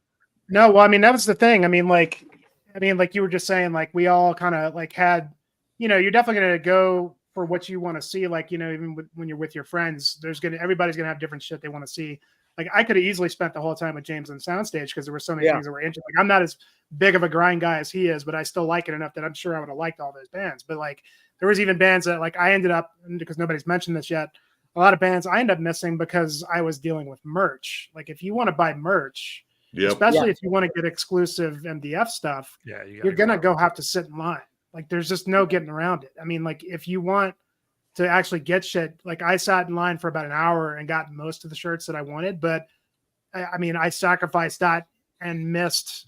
So I think it was like Spectral Wound, and I really wanted to see Spectral Wound. I'm kicking myself for missing them.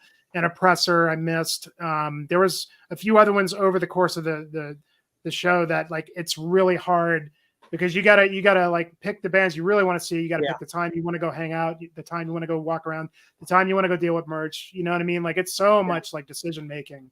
There's a lot of logistics to it. And I think too, the other thing is if you are a merch whore and you're there to merch, you better start merching on day one, because if you wait till Sunday like I did, there was fuck all of anything that I wanted. That's the problem. Like, I'm not even like a merch whore. I knew I wanted some t-shirts this year for for the bands that were performing, and that's the shit that you got to jump on it because it all sells out really fast. And I mean that stuff. I mean, you can get the MDF merch like later if you miss it. They'll do another sale, but like a lot of like the Arcturus shirts, like the Ahab shirts, a lot of that stuff just went really fast. This is Dismember stuff. The Dismember shirt I bought. Especially the overseas bands. That was tough. Yeah.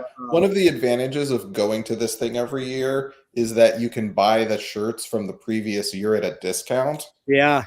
So I honestly wait until the next year because I always know I'm going. So I just wait till next year and then I buy the shirt from this year. Yeah. Now I will say for me, Friday night was pretty special. I have a unique friendship with some of the guys in Agalloch, as do you, Jimmy, a little bit too. And they're great fucking dudes. Meeting Jason was one of the coolest things. The dude is just fucking awesome. Hey, Geoff, before you start this story, I'm going to take off. You got to roll, right? Say thanks for having me on. It was really great hanging with you guys. Nice meeting you, man. Nice. It was going to be hard to jam it all in an hour. We'll probably wrap in about half hour, 45 minutes, something like that. All right, take it easy, guys. Yeah, brother. We'll talk soon, dude. But yeah, we were, for me, Agalloch's kind of a spiritual band in a lot of ways because I really was not a black metal dude. I kept trying, just couldn't get into it. But something about what the guys in Agalloch were doing, it sucked me in. It brought me in. The acoustic guitars, the long, almost progressive songs, the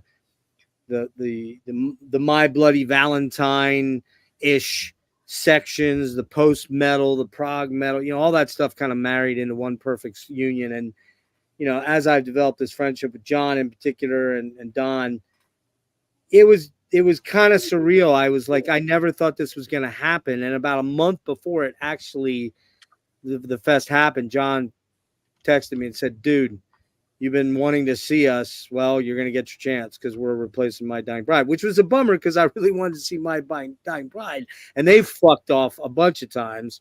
Yeah. And I don't think they're going to get that opportunity again. But long story short, man, dude, Agalloch was that band that got me in the feels. Just so hard and heavy. Just so that crystalline beauty of some of the post-rocks, post-metal sections, juxtaposed with the more, the folky elements of the black metal, and then the black metal, are they the heaviest band there? No, not by a long shot, but were they one of the most unique bands there? Absolutely. And they're in the pantheon of black metal bands in US. They got to rank up in the upper tier. You know what I mean? So Geoff, what's really kind of cool is, your relationship with the guys from Agalloch and that presence in your life, and then you and I becoming friends at the fest, and Jimmy here being in Utah recently. Yeah. What's funny is, so I realized Agalloch had started, or I forget at what point I finally got my drunk ass to be like, oh my God, they're playing, I got to run up. And they were playing Not Unlike the Waves, which is my favorite Agalloch song. First song I ever heard. Favorite album. So yeah, so that song, I toured through Utah in 2009 with a very good friend of mine from high school. We went to all the major parks and all that stuff, but nature is a huge thing in my life, and I'm a big freaking bird watcher and total nerd, and whatever. But and that album, and particularly that song, was like the soundtrack of us driving through Utah and seeing the West. I'd never seen the West before. Yeah, it's a stunning thing. Yeah. And that song will always be in the forefront. So the fact that I realized they were playing that song and I ran up during it was just so fucking awesome. Yeah, I'm not gonna lie, man. I what was weird though was seeing a fucking pit develop during their songs. It was so bizarre because they do a pit and then it would get to a do do do do do do do do do do do. That's not a band. You would slow down. It was like, what the fuck are you doing? But I used it to my advantage. But I used it to my advantage because I think Jimmy, when we started, we were kind of together. Serge and I were together. But I ended up kind of right in front of between John and Jason, like one person back, because I just used the pit to kind of sneak carefully and deploy myself. Plus, I'm little. Most people can see over me, so but it was kind of like, man, I kid you not, from a standpoint of what band was my favorite of the whole fest, it was Agalloch, simply because of the emotional, nostalgic thing that it washed over me to the point where I was like, not in tears, but just like full of magic. I felt like full of joy, and like, this is, I'm so fucking glad I came down here, if only just for this. But I've gotten to hang out with Kelly. I got to hang out, with Greg and all my friends. It's like, it was just like, it hit me heavily. I was also the drunkest that night too, so it was like, the emotionality of it was just amazing. So well, that was the thing for me, was that like, I had just, it's a special band for me too, Nicholas, and like, I had just saw them at Decibel Fest in Denver a few months ago. So like, and it was pretty much the exact same set. So had I not seen that this time, I certainly enjoyed the whole thing and watched the whole thing, but I was moving around a lot. Yeah. But it's just like, but just to comment on what you were saying, I mean, like, Agalloch is the band that like I do like a lot of hiking videos and stuff like that. This is the band that like really got me into wilderness, and like a long time ago when I was living in Louisiana, which didn't have a whole lot of that. And it's funny because like I got Geoff included me on some of the stuff with John and those guys, and I was kind of like sort of explaining to John like how that worked for me. I don't know if he totally got it or not, or if it really made any sense to him, but regardless, it was really like that spirit, that spirit was kind of there for when those guys played. And I think it was for a lot of people there that were really looking forward to see them play, the East Coast show. How about you, Nick Necrotic? Hold on here, because I was moving around for that one too. My Disappearing Bride, yeah. They got some shit going on. There's something because I did catch like almost all of Oppressor, because again, another band that I got into in the 90s. Like, I found them on a compilation. Sure. And I heard the song Gone. I was like, dude, yeah, this is kind of what I'm about right now. And they had a killer set. And interesting fact, we just saw them again recently, because I believe 3 of the members are in Embryonic Autopsy, which is almost like a continuation of Oppressor. They were just here in Toledo, so we got to see Tim King and his band, and yeah, super cool people. But I had to check out that one just because, like, generally my thing with the fest is let's get the bucket list bands that I'm not sure I'm ever gonna see again, because I want to just have that moment. Like, yes, got to see them finally. It was awesome.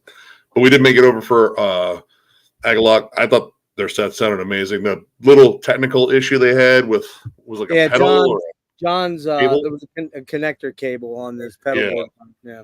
Yeah, that was like the only little hiccup there, but I mean, it really wasn't that much. But I mean, immediately after Agalloch bolted over to Power Plant to catch Ahab. Yeah. Oh. Yeah. Yeah, nobody mentioned Ahab yet. Mm-hmm. Dude, that album, that band is as heavy as the entire fucking ocean. I only caught about the last 25 minutes. They did about 50 minutes, somewhere in that. Yeah, and I got up fairly close. I was surprised. Played a good hour almost, I think. And yeah, that first stateside appearance for this band, and they were another huge draw for me for this festival. I loved that band, and they were fucking crushing. I mean, majestic but crushing. Oh man, one of my favorite sets of that day for damn sure. Yeah, that was cool, but I kind of got over there halfway between their set because knee pads after the show. The boys needed knee pads, so we just had to do that quick. And man, that jaw's looking swole. Yeah, you should be able to bite through steel cable. So that night, we were going to go in and see 1349, but Serge and I and Kim, when we finally caught up with her, she was like a barrel full of energy, and we were all starving. So we went to that brick oven pizza place right next door. Man, that pizza was fucking good, man. Saved my life one night. But by the time we did that, man, it was like everybody's like, fuck it, let's just go back to the room and sort of get set, because we had an 8 or 9 block walk to the room, and that's when my dog started saying, "Oh, you gonna do this for another couple days, huh?" And I was like, "Fuck you, man! Seriously." I was, by that time my feet were rough, but that was a great night, and for me, sentimentality tells me that Agalloch was my favorite set of the whole thing, but it wasn't. If I got down to it of who was my favorite act to watch, we're coming up on that. So any last things to say about Friday, Nick? Brodequin was amazing. Insanely tight and just savage. But did you go from Weekend Nachos? No, well, I'm going to FTA in September, and they are playing at FTA. So I figured, like, all right, if I can justifiably miss Weekend Nachos here, but catch them later. So yeah, I went with Brodequin and 1349, which 1349 was fucking nice and riffy and evil as fuck. And yeah, that was how Friday night closed out for me. It was like, fuck yeah, dude. But I don't know. For me, man, Monstrosity and Ahab, oh man, they really stole the show. Like Oppressor was awesome. Contusion was great too. Agalloch was great, but I don't know. Those two performances just really stuck in my brain. Like just great. How about you, Nick Franco? For just Friday. in general, Friday. Friday was Agalloch, Or Noir, and Arcturus, all the A's, triple A. Yeah, triple A's. Yeah, I didn't get to see 1349. I just seen 1349 in Norway, and I've seen them a number of times. So yeah, I didn't get to see it. So yeah, that really, my Friday was my lightest music day.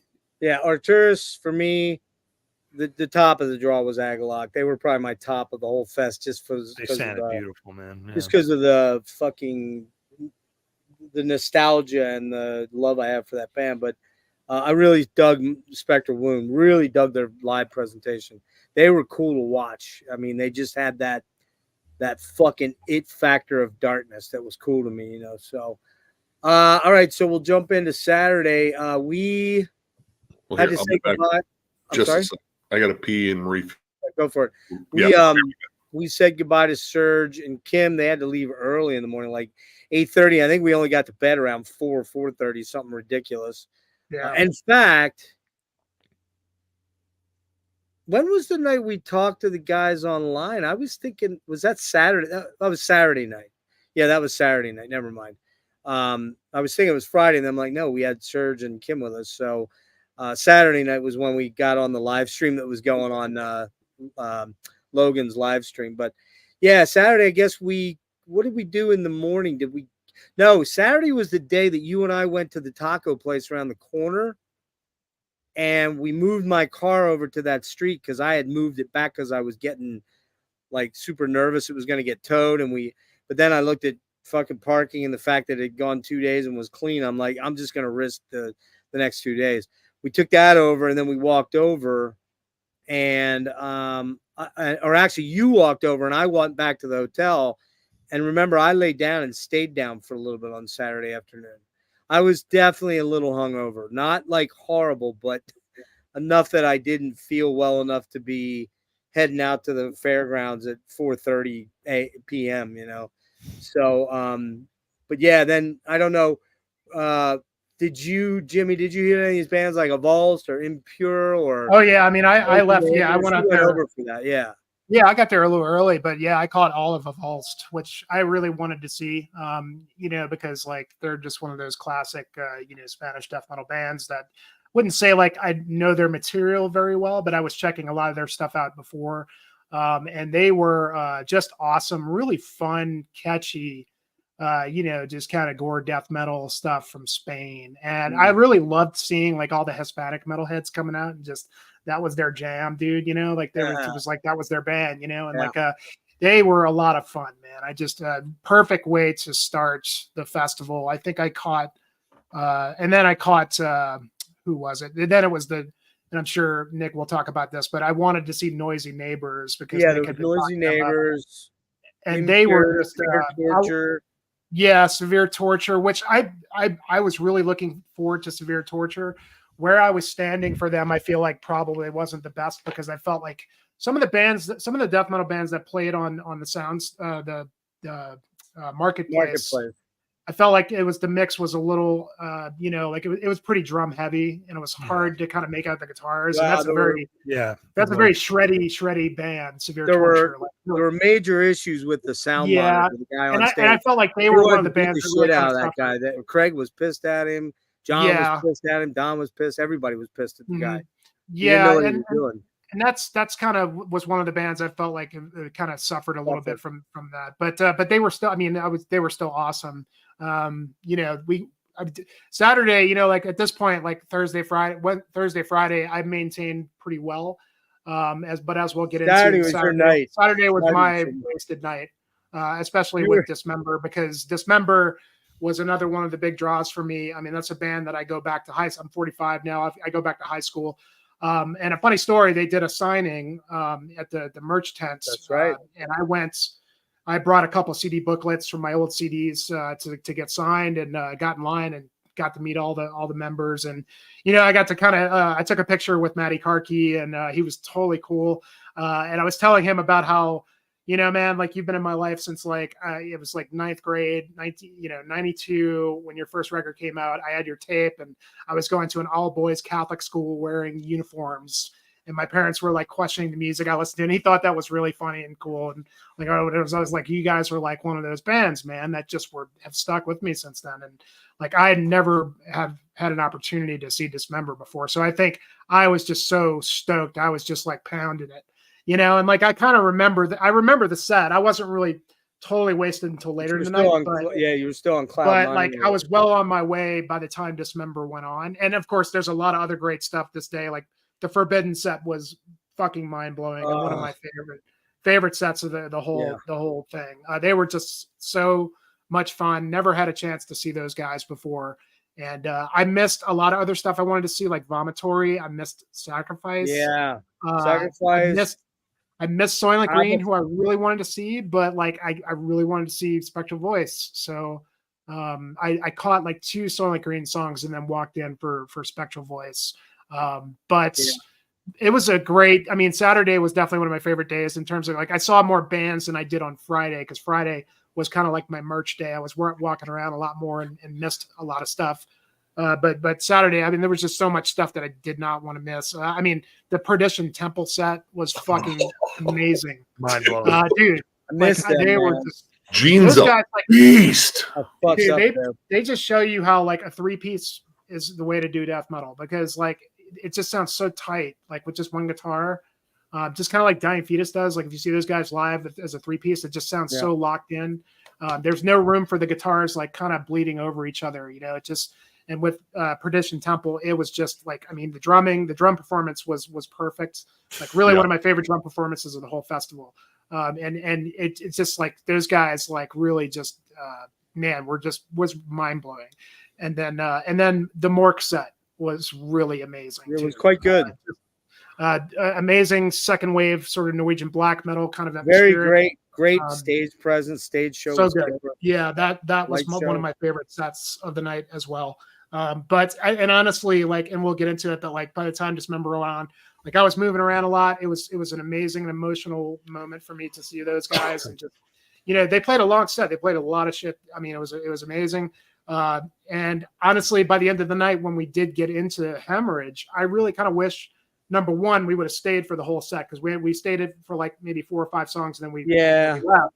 And B, I wish I wasn't as drunk as I was, because I would have probably would have decided to stay longer and remembered it a little bit better. But from what I do remember from the Hemorrhage set, it was so we come home back to the room, and Jimmy had bought all this food, and I noticed that Logan's streaming, and we jump on that stream, and all I hear over there from Jimmy is down fucking Funyuns and fucking. Didn't have any dinner. That's another reason why I was so drunk, because I didn't eat anything. Yeah, and then the funniest part is he had brought boxed wine, which we didn't touch until that night when Jimmy was logging it down, and we got done, and Jimmy's like, Geoff, I just want you to know this is the greatest experience in my whole entire life.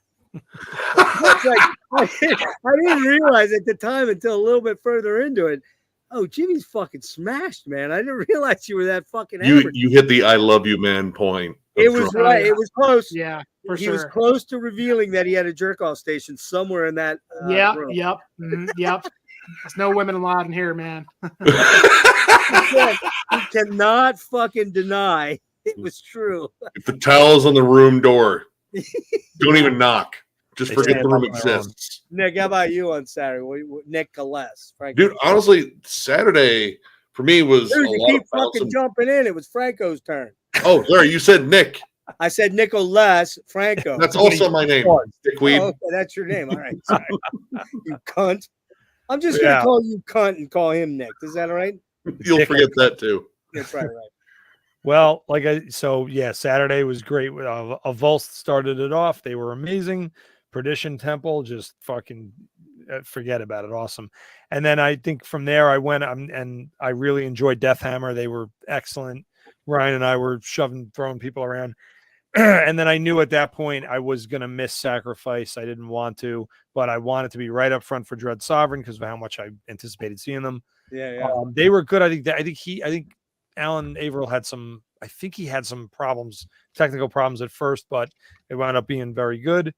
And then it was, like I said, Racing to Dismember, which was just, I probably shot the rest of my mental and physical load during Dismember. And I was so exhausted during Mork. It almost sabotaged my ability to really, really enjoy it. I was kind of like ramping down. It was good. It was a different type of energy than Dismember. And then I woke back up during Hemorrhage because I knew about Hemorrhage and everything like that, but I'm not the biggest grindcore person. But holy shit, I have never enjoyed that style of music more than that fucking set. I also had a friend of mine, my friend James. I'll tell him about this, and so you can follow you guys. And so James came all the way from Australia. Oh well, that's Nick's buddy too. Wait, was he headed guy? Yeah. We're friends. Yeah, we're friends. I actually invited him. He said, he and I we were flip flop buddies day one. Oh, excellent. So James, great. James, he might be popping in, by the way. Mike. The man's insane. Australia? Yeah, that would be fucking great. He messaged me all the time with. Yeah, he's nuts. Good. He's a good kid, man. He's funny as hell and dedicated. And his excitement for Hemorrhage was just, he had ordered all this Hemorrhage merch a few months ago, and I let him. I said, have it shipped to my house, and then I'll mail it. Well, he'll pay because for him to do it directly to Australia was like some ridiculous postage thing. So I helped him out with that, and I had all this Hemorrhage shit in my closet. I wanted to open it, but I didn't. But that band fucking ruled. They were insane. I was dead on my feet, and they brought me back to life. Never saw that many people on that stage in my life, man. Dude. It was so cool. Their whole stage persona, the whole thing. The flag. I love Early Carcass. Oh yeah, the flag. I love Early Carcass. I grew up 10th grade Early Carcass, going on, and Napalm Death and shit like that. And they just hit this beautiful marriage point between all those styles, and it just fucking they knew how to do it. So that was a hell of a way to end Saturday. How far did you and Ryan stay away from the venues? Oh God! Did you have to drive? Too far. It was like you had to drive. Yeah, it was like 35 minutes up 95. Oh, shit, okay. We were in that was we could walk and be there in 15 minutes or 10, 12. Yeah, we're not going to make that mistake again. John just pulled up. All right, cool. Okay, Nick. Now it's your turn. Cunt. Okay, are you sure? You got the right Nick this time? It's your turn, cunt. I said cunt. Go. Well, I also caught Avulst. Super impressed. I didn't realize they had so many fucking albums. Like, I'm just gonna get one of their albums. And I saw like the whole thing. I was like, fuck, I'm gonna have to space this out. But immediately went over to go see Noisy Neighbors. Yeah, that was my favorite grind performance of the entire fest. Hemorrhage, probably, I don't know. Actually, all the grind bands I saw were great, but Noisy Neighbors brought a lot of hilarity and just outright savagery. Like that was a no holds barred set. Fucking loved it. And the rest of the day, honestly, it was a lot of bouncing back and forth between Marketplace and Power Plant. Because Severe Torture, right to Perdition Temple. Perdition Temple was so damn good. Right to Forbidden, crushed. That was that was a good break too, because there wasn't a lot of thrash on the bill. Yeah, they were the big thrashers for the most part. they crush it. I'm playing only stuff off the first 2 albums, dude. I mean, hearing Infinite live over the edge. Savage, and fucking, I don't care what anybody says. I know Russ was very unique in the thrash sphere. But Norman's got it. Norman has got it, man. The dude sounded fucking amazing, man. Dude, he sounds just like Russ. Like blindfolded, I would assume he was Russ Anderson. It's pretty close. Yeah. But, then we beat feet back to go see Skinless because I needed to see Skinless, and I like my death metal so dumb sometimes that it can't read, and Skinless just brought heft. It was fucking amazing. What's up? What up, John? What's up, dude? Do you know Nick? You probably met Nick somewhere along the line. Possibly. Possibly. Line, yeah. He knows James. Oh, right on. Well, James. Bonded by James. Yeah. There we go. Was he feeding you beers all fest long too? Like, oh, hey, I saw you over there and you didn't have a beer in your hand. I was like, no, it was in the other hand. Well, now you have 2. But yeah, it was a lot of bouncing back and forth between those stages. Honestly, that might have been the day we got the most steps in. Did you see Mort? I think MDF should be best categorized by where's Geoff? I saw Geoff the least. I ran into millions of people. We were also saying he was like the mascot of the whole festival with his glasses like sideways. You remember that old? You realize your glasses are broken, right, bro? There he is. Look, here he comes. There it is. Yep. You know what they say, John. That you remember that old 40s show called The Shadow? Yeah. Only the shadow knows. The shadow knows. Where I was at, man. I was just flitting around, wearing out my knee pads as much as I could. I got one more knee pad story coming up. Then we're done. We're done with the knee pads. So real quick, I decided to stay at the hotel till later because I was feeling my drinking from the night before, and I was a good boy. I only had 2 beers the whole Saturday night. That was it. My body was telling me, don't do this again or you're going to suffer. Now, the old me, 20-year-old me, even 30-year-old me would have been like, fuck that guy. Don't listen to him. But I kind of knew the 58-year-old me was like, no, you've already fucked up your glasses. You're really pushing shit, right? So I didn't come over until a little bit before Forbidden. I ran into Craig. Knee pad moment. Craig and I hung out a little bit. That was cool. Craig LaCicero, by the way. And who's a friend. And then caught their set. Jimmy, you came up. You hung out with me. We watched the whole entire Forbidden set. Wow. Just. Yeah. So yeah, dude, that was a killer set. So fucking tight. So good. It was, the other band. It was the band I was most worried about, though, because I was like, how are they going to translate to a mostly death or black metal audience? Well, they did fine. They did fine. You guys can sit on each other's laps. It's okay. No, I told you I'm not fulfilling that fantasy. Yeah. You'll have to subscribe to our OnlyFans. No judgment, man. No freebies. But so yeah, so pay for that content. Forbidden does their thing. They're fucking killer. And then I don't remember what happened between Skinless and Deathhammer. I think I was kind of tempted to go see Deathhammer, but I think after I think I ran into John Halm and Jason Walden. We went to that really nice restaurant that was right next to the stage. We watched Sacrifice again. Not the best ideal thing to do. And then I missed Dread Sovereign, which that's Alan, right? Mm-hmm. Yep. That pissed me off that I missed that. But I was also trying to just, Vomitory, Dread Sovereign, sit on my ass and do nothing because your feet are killing you. But by the time we got done with Sacrifice, we were already well into Vomitory. And so then it just became Dismember. And here's where the story quick happens, that Dismember comes out and starts their thing. I'm back where the artists are because Halm has brought me back. But I don't have a wristband. I'm just back there. And as Dismemberment goes on, LaCicero, fucking Jason, John Halm does a windmill.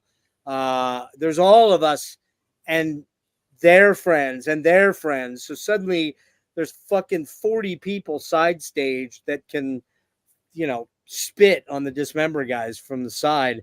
And all of a sudden the fucking huge, and I mean, a couple of these dudes were fucking big dudes.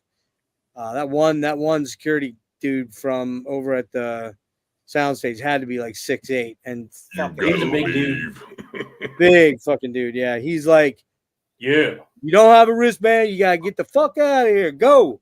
And so I'm trying to hide behind John, and he spots me hiding. He's like, "Where's your wristband?" I'm like, I'm with him, and he's like, "You don't have a wristband, get the fuck out of here." And John goes, "Like, what can I do now?" You know. I suppose this perks for being like as tall as David the Gnome. Dude, I was tiny compared to this dude. He was huge.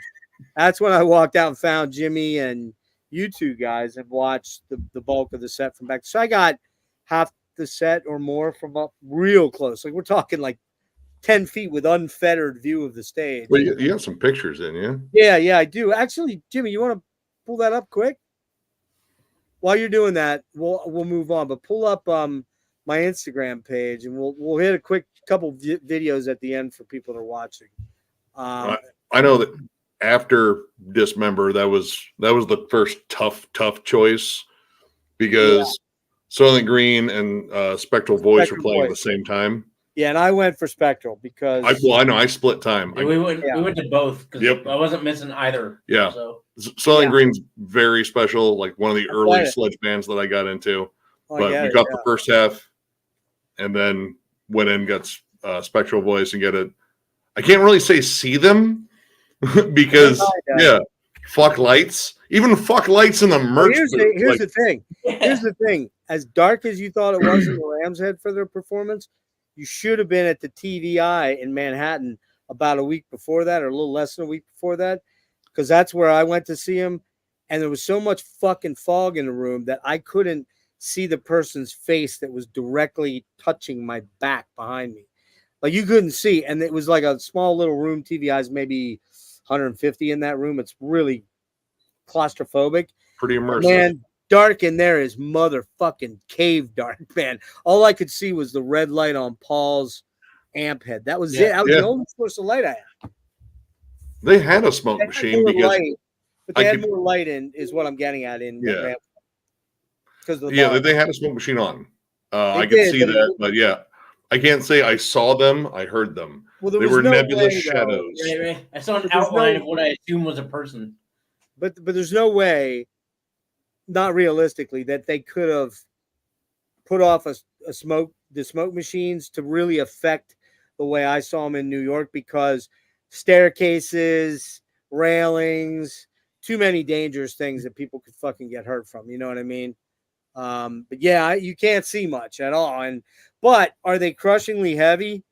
Yes. Are they fucking the juxtaposition of creeping creepiness and doom and gloom and everything, and then they just fucking slam your face into the concrete, and you're like, whoa. I mean, it was unreal. And then I hit Mork. Jimmy, were you with me at work? No. Oh yeah. Mm-hmm. Okay. I was the one that told you we can't miss this. Okay, so we did Mork, but we ended up upstairs with Agalloch sound person Sarah. I ended up, and you were like right behind me, I think there. But they were. I loved Mork too. And then Jimmy and I headed over and met John and Nick, Necrotic Nick, and your boy here watched some Grindcore. I did. I watched. You're gonna do it. 20 minutes of Grindcore. We're gonna bond over some Grindcore. And I will admit here publicly, I actually enjoyed it a little bit. Little bit. Not enough for Grindcore Island, but a little bit. Yeah. It's enough for Grindcore Island. That's fine. It's enough. If you enjoyed a minute of Grindcore, that's like 2 songs. Right. That's like 15 minutes on Grindcore Island, right? Shit, you enjoyed like 3 albums. It's like like fucking dog years, man. Each dog year is 7 years. It's like each minute of Grindcore is like 42 minutes of a regular band. So you're initiated. Grindcore Island it is. Okay, cool. Who was it? Then we got back, and that's when Jimmy, I realized, I'm like, fuck, he ate all the food. Like, I didn't get any of the fucking food, man. I'm fucking starving, man. Well, I didn't know you wanted any because I just bought some chips and we didn't eat anything. So dude, it was Funyuns and fucking Fritos, and I was eyeing those Fritos, and I got the very dregs at the bottom. I'm like, you waited too long. You were sitting there on the stream. I'm busy yakking on fucking live stream, and you're fucking back there going. Yeah, because dude, it was like fucking 3 a.m, and it was like shit ain't gonna get eaten now. It ain't getting eaten. So that was fucking funny. But I'm telling you, the best moment is I'm sitting there after we wrap up the stream, and I put my laptop down, and Jimmy's like, he sits across from me like we're 8-year-old kids, like grabs my knees and goes, dude, it's like I'm having the best time of my life. Love you, man. And I'm like, dude, how much did you drink? Because you're getting like, you're not going to ask to blow me next, are you? Because that's not. Boy, our hotel room was way less. Some good stories for everybody, you know. Mm-hmm. Yeah, we would just raid 7-Eleven and then go back and watch South Park until we passed out. Yeah. I slept really hard all those nights. So the next day we get up and we head to meet John and Necrotic Nick at IHOP. I'm telling you, that was a great choice, man. Ultimately, that was a great choice. That fucking was a banging brunch after brunch, whatever you want to call it. Was fucking. Dude, that omelet I had was. I had that. Dude, it was like a rolled up pancake burrito omelet, like bacon all infused in that fucking huge. It was like an artillery shell full of cholesterol. It was amazing. It was, man. It was killer. Like full-on pancakes, everything, man. Like all the fixins. That's so good. You guys, so what'd you guys do then Sunday, Nick? Well, I mean, right away. I didn't. That. Oh, wrong one, Mr. Franco. You call him Nick that time, though. Yeah, I did. So Sunday, Ripper was my first band. They were really fucking good from Chile. I think they were the first band, right? Yeah. And then I was, admittedly, I am as much of a hockey fan as I am a music fan. So yes, I settled in to watch the Rangers, New York Rangers hockey team, who was at the time still in the playoffs. I was watching. That's why I ran into you. You were in that Leinenkugel with my other friends from like New York and New Jersey that were like, big time. So we were there. So basically I knew. So the Rangers were in control, as they often are, and they were up by 2 goals, third period. All you got to do is close it out, boys, so that I can go see Primordial.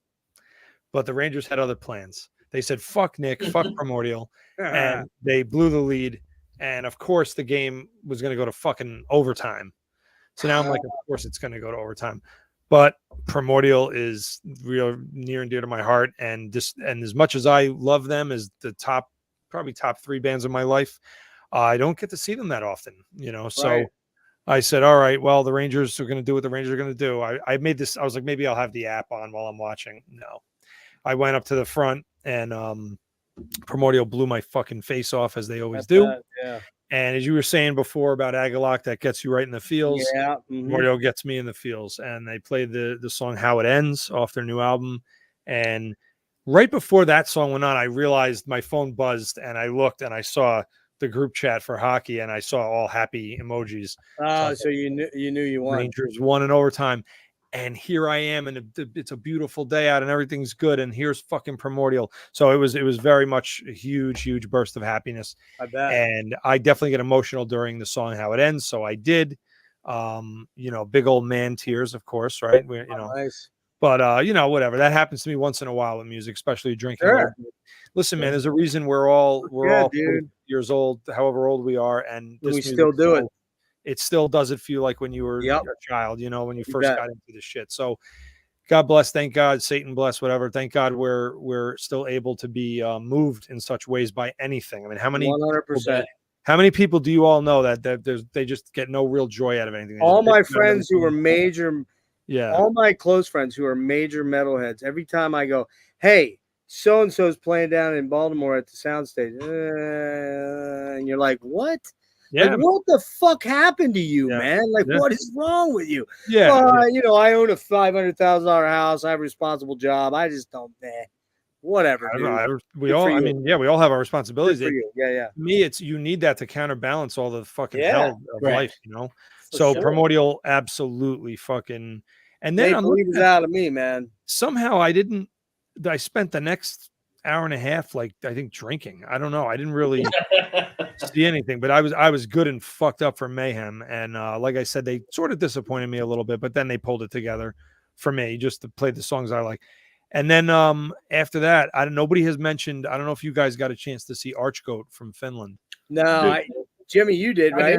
Yeah. Mm-hmm. Yeah, Yeah, I saw them in Norway. I've seen them before, but yeah, that really fucking like, But then it was a little bit of I was starting to ramp down and get more tired, and then Mortuary Drape came on, and boy, oh boy, they were probably top 3 for me, along with Dismember and Primordial.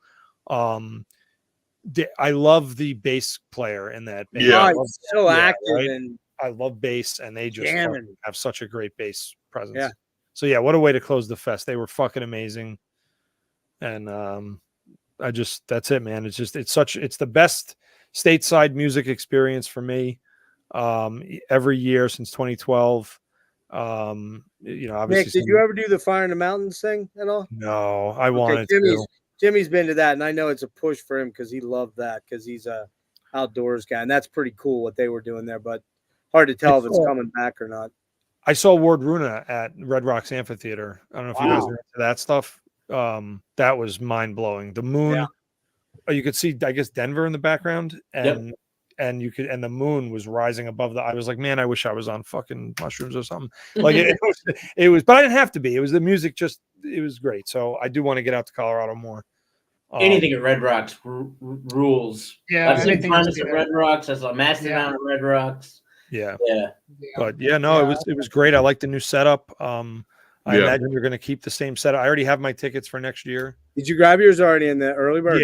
Yeah. The second wave of release, they released them one day and I missed it, and then I grabbed it. I held off. I'm going to hold off a little bit. I'm pretty sure I can get a ticket. For me, because of my health issues, it's way too early for me to make those kind of plans. But John and Nick, what was your Sunday like then? We'll wrap up with me and Jimmy quickly. Okay. Show some quick videos and stuff, then we'll dip out. Caught Ripper. Ripper was awesome. Like we were saying as because the IHOP was right by the marketplace. As we were walking, I was listening. It was like there's no way in hell this band isn't from South America. Yeah, this sounds like South American thrash because it just sounds vicious. Beautiful. And lo and behold, like from Chile, I was like fucking called it. They were amazing. Way to go. Then we went right to the soundstage to catch Necessary Death because grind, D beats. I love those dudes. Yeah, we became friends with those guys at Full Terror Assault last year, and like we just don't miss them. Yeah, they played Toledo like a week before MDF. Yeah, about a week. Yep. They're like big Disrupt fans. So yeah, we bonded over Disrupt. We missed out on Artificial Brain. We caught Spirit Possession, which it still blows my mind that dude played with his fingers the entire time. Yeah, dude, no pick. Fucking you kidding me? Bonkers riffage. And Fish is riffing at that. Like, that's... I think at that point we ate. Yeah, we ate because we missed Primordial, caught a good chunk of Inhume. Didn't we catch a little bit of Primordial? Like a song or two, I thought? Well, no, because we were walking in to catch Inhume, and they were still playing, I think. Caught Cryptopsy, because Cryptopsy. They were the first band to have some technical issues. The sound cut out on them twice. Oh, wow. Yeah. They didn't skip a beat. They didn't skip a beat. The sound came right back on. It's like they it was like they're pretty much like, just keep going. Whatever you're doing right now, just keep doing it. It's going to come right back on. And it did, and then it didn't, and then it did again, and it stayed that way. But yeah, crushing. Caught a bit of a bath. Bath sounded good, and I like the fact that I got to hear both Tyrants and One by One, because Sons of Northern Darkness was the first Immortal album I ever got, and it's the cheesiest album cover ever, and I still love it.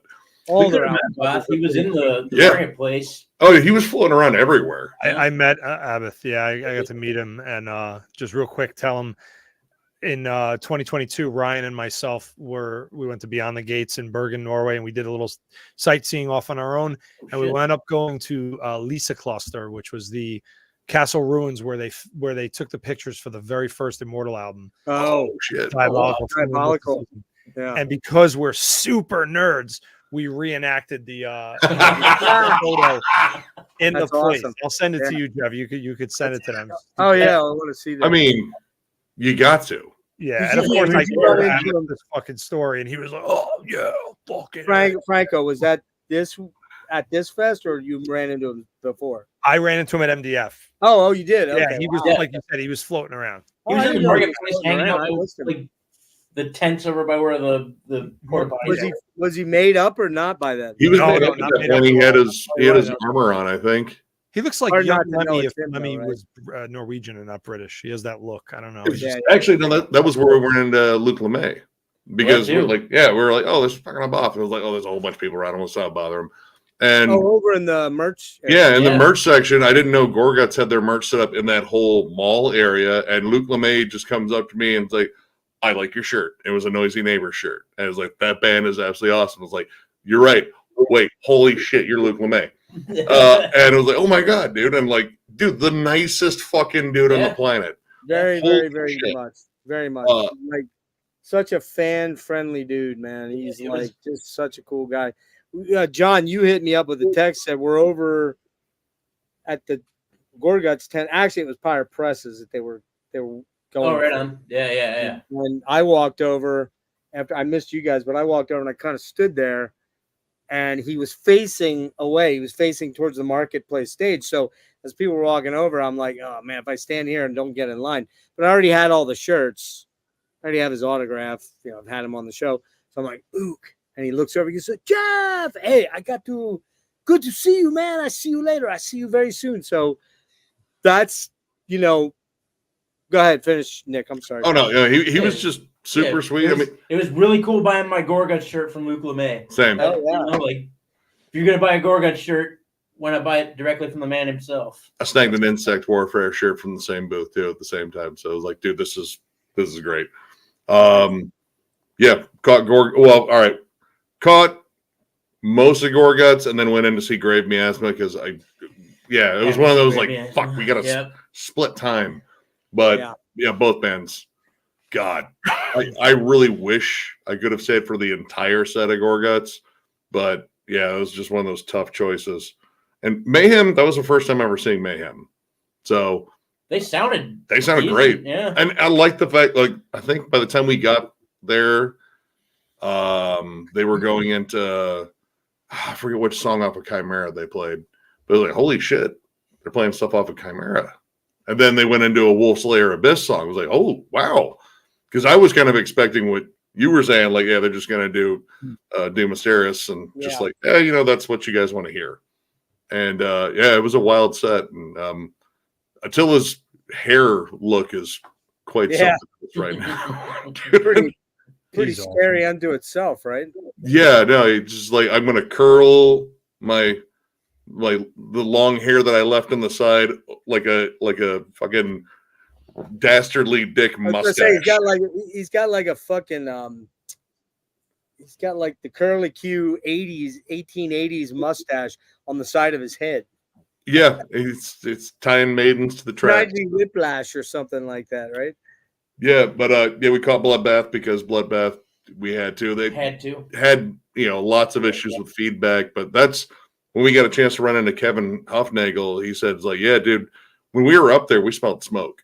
Like, I was like, is something burning up here? I was like, oh shit. And then all the mic issues happened for Nick, which powered through it. Like, they gave him another mic, same feedback, and in between songs, like, don't worry, we would never charge you for feedback. The feedback is free.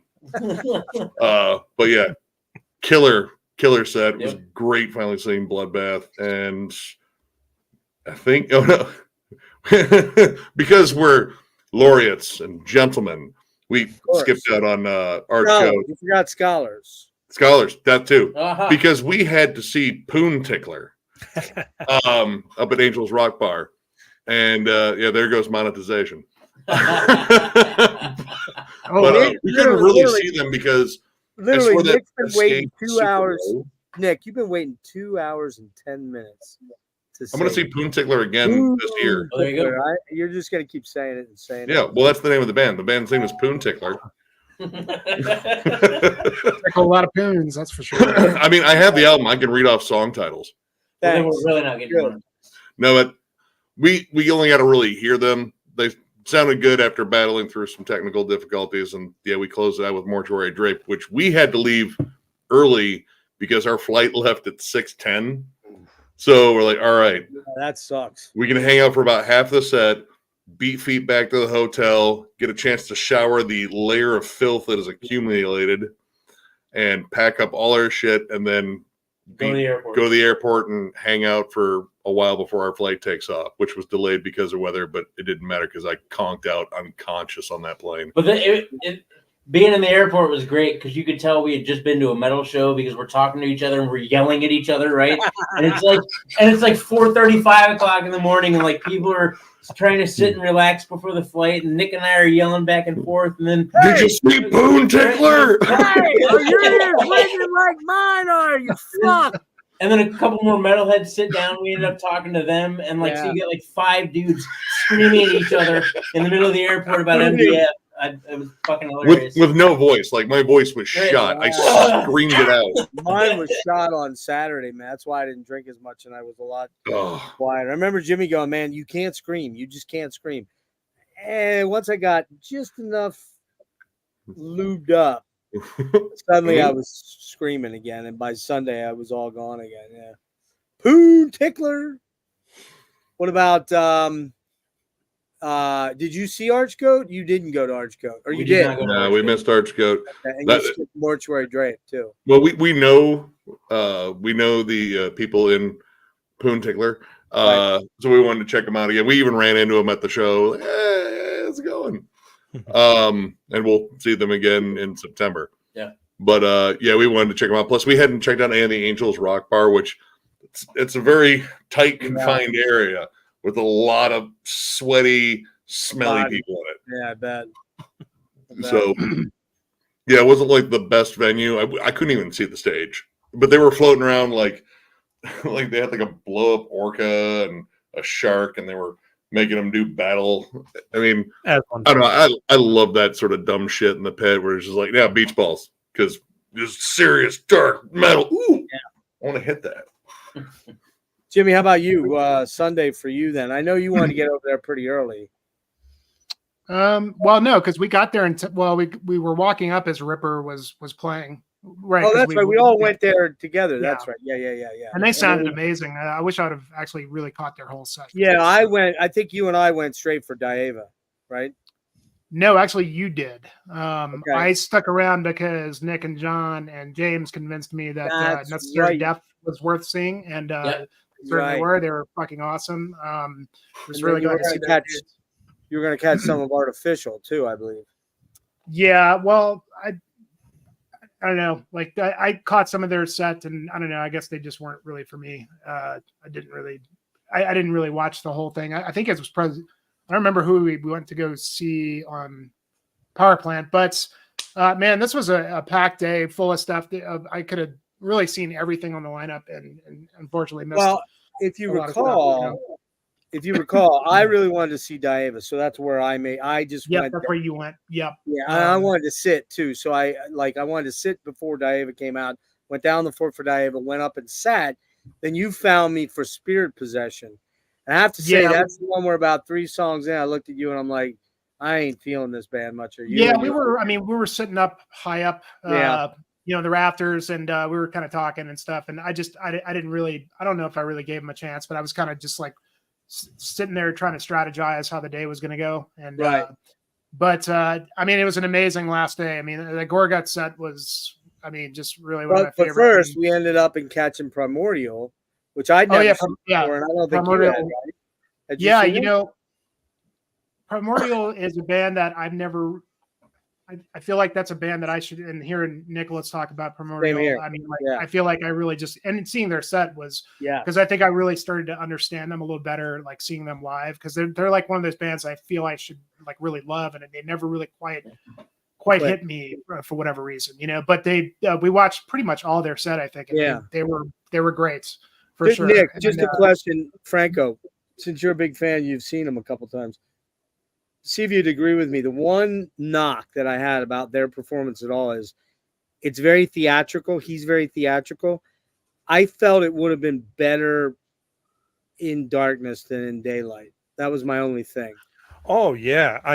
I've seen them in both in darkness. I saw them at Wacken in 2008 play at, I want to say, 11:45 a.m. Oh. And they walked out, and Alan was like, "Oof, good morning." He was kind of like, they were both aware of like how early it was, but they were a little different back then. They picked up a bottle of either Jim Beam or Jack Daniels and were just like passing it around. But he doesn't really do that anymore because they're like our age, late 40s, I'd say, well, my age. And sorry. And he takes better care of himself. But yeah, that's it probably would serve better in darkness. But because they were kind of the last big band during the height of the light while it was still light. And it was like I kept thinking, man, this guy's so theatrical and such a stage presence that it would be a little bit more intense and effective if it was darker out, but that they couldn't help that situation. So, I kind of feel that way about like most black metal bands. Like if you see them in the daylight, it just feels wrong. Off. Yeah, but the fest I was at in Finland, it's daylight until about 10:45 at night. That's right. It's outdoor and indoor, so they don't have a choice. But so we ran over, Jimmy. We ran over then to see after Primordial. I think we went over for the Gorgut set right after Primordial. No, we went to Sinmara. Sinmara was that when Sinmara played? So that was a tough choice for me because I like Cryptopsy a lot. I really wanted to see the Cryptopsy set, but I was not missing Sinmara whatsoever. I mean, I'm a very huge atmospheric black metal type guy. I love all that kind of stuff. And Sinmara, they had a presence. Iceland is they're just a very special band, a very special occasion. I mean, opportunity to see these guys play, and they did not disappoint me whatsoever. They kind of had a dark space vibe to them a little bit. Well, I mean, they definitely have a little bit of that weirder atmospheric style, but like if you listen to their records, I mean, like their riffs, you just give me goosebumps. Well, I got them. They're both coming. They're just really effective, and they pulled it off live. And it was just, one of those great Ram's Head performances with the lights and everything. And it was even though it was during the day, it was nice and dark in there. And they really, I honestly would have tried. I didn't even sacrifice like half the set so I could see Cryptopsy. I just wanted to see their whole performance. Otherwise, I would have checked Cryptopsy out. But so that was one of the real bummers for me was missing Cryptopsy. But honestly, if Cryptopsy would have done None So Vile, I would have really had a hard decision there. By the way, Blasphemy is great too. I mean, like I would, going on. I caught Bloodbath. They were great. You went over to see a bath. I think you went over and caught a bath. I ran over there thinking I was going to stay because my feet and legs were killing me by then. Well, I went over there and it was so packed, and I knew, knowing that I was going to want to come right back and get a good spot for Gorguts. Right. I was. I went over there and like caught like a song or two, and I was kind of like, I'm not really huge on a bath. I mean, I was like expecting to see some Immortal stuff would have been really great, which I know he did do some Immortal stuff, but I just decided to, I'm just going to go back sacrifice it. Because Gorguts was one of those sets I wanted to see the whole thing and make sure that I was in a good spot for it, which we were right in the front, and it was an amazing Gorguts set. Wow. Yeah. I mean, they did a really good, I liked it, because I've only seen them play a couple of times, but they did a good mix of things that I've never heard them play before. And the highlight for me was Condemned to Obscurity from the Erosion of Sanity record, which was totally unexpected, and one of the coolest. The drummer just totally pulled off that intro, and it was just absolutely face melting. Gorguts. I mean, it's Gorguts, man. They're the masters. Just in case anybody didn't know, the set list for that was Rotten Anatomy, Testimonial Ruins, which was killer, Condemned to Obscurity, which was awesome. Yeah. Mm-hmm. Subtle Body, Earthly Love, and Ocean of Wisdom, Earthly Love, Forgotten Arrows, Inverted, and Inoculated Life. Yeah, it was a good mix. Stuff. Yeah. The Graveyard was awesome too. I know they were, but God damn it. But actually, you and I were together for Gorguts, and we just kept looking at each other with that shit-eating grin, like, I saw the whole set. There was that one dude that just kept he kept like riding the crowd. Yeah, he went like 42 times, and then do it again. I was counting them every time he'd go by. I'm like 56, 58. So. And he had like this look on his face, like he thought it was funny you were counting. It was like, yeah, and then he would go back and do it again. You're my stat taker over and over again. It's like you're my little fucking chimp that I've got control of now. But it was for me. Gorguts was the heaviest set of the entire fest for me.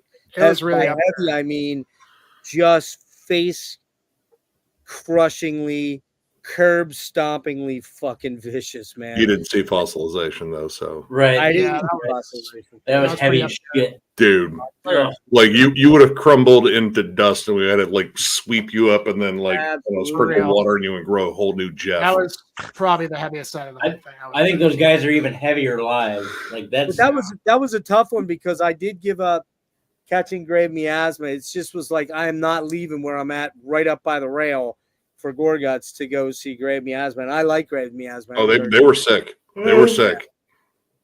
Shut up. And so then do that. I worked all day. Shut the fuck up. So then Jimmy, we hit Mayhem. Yeah, which I love Mayhem. I love that they did. I mean, they've really kind of spanned their discography. They started with the new stuff and kind of worked their way backwards, as Nicholas was saying, and they did Chimera, they did Daemon stuff, they did some Grand Declaration of War, they did Wolf Slayer. They kind of did the whole thing, and then they came out and did the De Mysterious, which was great, and which was good. I love that band. They're just I don't know, they're just one of those classic bands. I thought it was kind of perfect, catching them, and then really the other two for me were of course the Archgoat. I ran over to go see those guys. Did you see Bloodbath at all? I did, yeah. I watched most of Bloodbath, but I walked like halfway through their set. I went into Ramshead to go get a good spot for Archgoat and actually get some food because I hadn't eaten anything. And also the Ramshead food is not very good at all. So no, it's not. But around it's great though. Everything around it's great. But, yeah, everything around it. But Archgoat is not a band I'm really too familiar with, but I knew like I gotta check these guys out. I mean, they're kind of classic, Finnish black metal, and they did not disappoint. They were a lot of fun and just they're not really the kind of black metal I usually go for, but I really enjoyed. I kind of got what people really dig about that band, because they're kind of a little more straightforward. The vocals are just completely off the hook, really cool. I kind of mix them, sort of unique in a way, like the kind of frog vocal, kind of like frog style vocals, but just really cool, heavy as shit, and just like party kind of black metal stuff, and then of course, dude, that Mortuary Drape set was insane. That was killer. Unreal. I wish we could have stayed for that one longer, but you guys stayed for a good bit of it, though. We stayed for a good bit of it. Like we probably like 3/4 of it, and then I was like, dude, we gotta go. We kept looking at the watch. Like, all right, I'm calculating. Like, get back, get the lift, I couldn't blame you guys. I was glad you at least stayed for a few songs just to see what I had them on my list in terms of bands I wanted to check because I checked out that last album, first exposure to the band. Everyone talked them up. All right. If the hype is wrong in this, I'm gonna be pissed at all my fucking subscribers.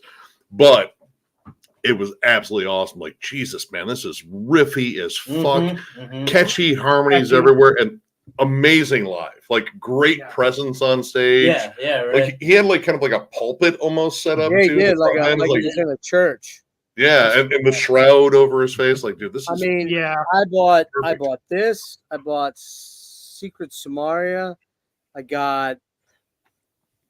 Fuck, I forget what the last album, Black. Ice? Black. Something? I gotta have to look it up. So Black something, and then there's the Witches thing before that's that. The first one, Witches. Black Mirror. What is that? Black Mirror, like the show. yeah, Black Mirror. That was it. Yeah. I went crazy and bought all their shit. I mean, that band and Sin Mara were like my two. Wow. When I get back to a civilian life, I'm gonna find their shit because those bands didn't have any merch, no shirts, no CDs I could find, no nothing, which kind of blew because the bands I really wanted stuff from, they didn't have anything there, or I couldn't find anything. No fossilization stuff either. Like I snoozed on fucking Sodom, and by the time I went to get Sodom stuff, the official stuff, it was all the sizes were all but gone, but smalls and triple XLs and shit like that. So so real quick on me, Gorguts they were my winner overall of the heaviest band, just my heaviest band for me. But Forbidden's in there, Agalloch's definitely in there, Atheist is definitely in there. You could maybe even probably you could definitely put Dismember in there. And Mayhem was really enlightening to me. I need to be a little more diligent about not dismissing that when I go back to it. And then lastly, Bloodbath, I was right up near the front, man, like right up near the front. And I got about 4 songs in, and I could not fucking. I think the fest had just finally hit me. Like, you're kind of done, motherfucker. You're old. No, I'm not. Ow. You're super fucking burnt.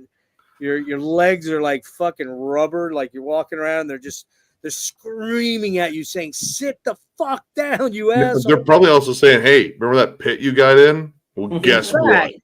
In fact, how about it, Jimmy? My legs were swollen when we got back to the room. Remember, I took pictures of them. I'm like, bro. Yeah, and it wasn't from walking around. I'll tell you that. Oh man. So, but yeah, I mean, what an experience. I did go out after Bloodbath. When I walked out the last half of the set, I decided to just do my live thing where I'm like walking around live, which I did a number of those. And Nick, you're in a couple of them. Well, both you Nicks are in them, and Jimmy, you're in them too. And sometimes it was just of the band. Other times it was the bullshit that we were talking about at the hangs. And I decided to go over and look at the merch stuff. And there's J-Dog interviewing vomitory dudes. And the vomitory dudes yell out to me because I have a Rush, a Farewell to King shirt on. The guy's like, oh, I see a Rush t-shirt. Rush. And he gets up and walks out of the interview and comes over and like gives me a man bro hug. Right? I'm like, hey, man, what's up? I didn't know it was the vomitory guys till. And I walk back. Now, Nick, Nicholas, do you know who J-Dog is? Yeah, the big. You know him from Hell's Headbangers, right? So I had told people, I'm going to go meet J-Dog. Everybody, no, you're not. Because I've had some words for some of the things that he says publicly. But anyways, not that I'm trying to, be a free speech guy, but he does use some words that are not kosher usually. So, and I wasn't going there to pick on him or get into a fight or anything like that. I was just, since the guy yelled out to me and I started to sit down and talk to his wife, well, the whole fucking stream time he's filming, he's got his eye on me because I'm talking to his wife. And, she had drank a bottle of wine and she was a bit tipsy and a bit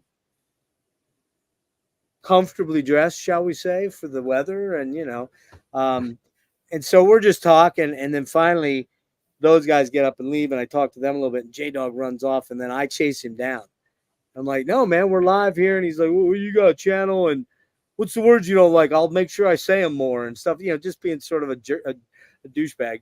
And so we did that. And then when I came back over, I ran into Kevin Huffnagel, Jason Walton, and another dude that's a musician guy, and had a very weird moment. I could have swore you were there, Nick, but it might have been Ryan. No, I was. Oh, it was you, Nick? You were there? Okay. Yeah, no, I know exactly what you're talking about. Yeah, we don't need to get into details. It was just a huge moment, but because that was when we were talking to Kevin Huffnagel. That's what we found out about the burning smell coming from the back. Oh, that's right. Stage. Yeah, because Kevin's a good buddy of mine. He's also my guitar teacher when I take lessons from, when I want to learn stuff. And so we know each other pretty well. We'd only run into each other about a week before in New York City, so that was kind of cool. And then I missed, because of that, I missed Archcoat, but I kind of kicked myself. That's one I kind of wanted to see too. And then we wrapped up with Mortuary Drape, and then we parted with Nick and Nick. I know I saw you on. You were like trying to like wedge yourself in between everyone to get up for Mortuary Drape. I was right by, both of us were right by Jimmy. Oh yeah, I dipped out and went upstairs. Yeah, we were able to give a formal goodbye to Jimmy. And was like, you're gonna have to relay this one to Geoff because, well, no one kept him on a leash. He's being Geoff. He's fucking. He's being the party. He's being the party girl. Oh no, you were like trying to be every band's muse. Yeah. Thank you. I'm sure I elicited some strong feelings after the fest was over by some of them. Who knows what those feelings will end up as? But I know I was emitting like strong odors after the fest. Yeah.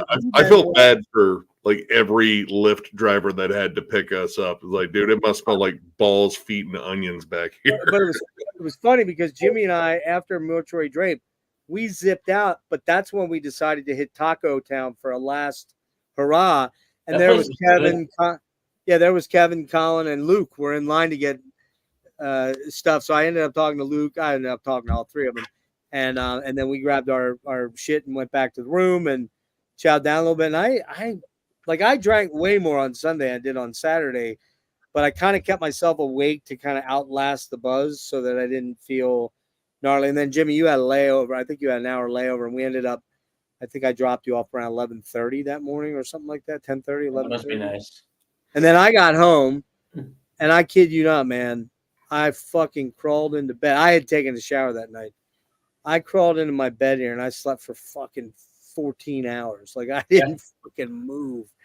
And I didn't get a chance to fully, like, all right, I slept on the plane. We had an extra half an hour to wait because tornadoes were once again chewing a path across Ohio. So managed to sleep on the plane. I didn't wake up until we had actually landed in Detroit. Got picked up. And I was my buddy's wife who picked me up. She's like family, and she's like, "Oh yeah, we're going over your mom's to hang out and have dinner in like 4 hours." Like, oh, good. I'm gonna see if I can catch 3.5 of those hours in a coma for a minute. But yeah, I ended up going over there, and my mom says like, "Yeah, you weren't like all there." Like, no, I was sleep deprived, maybe a little sunburned, and my feet hurt.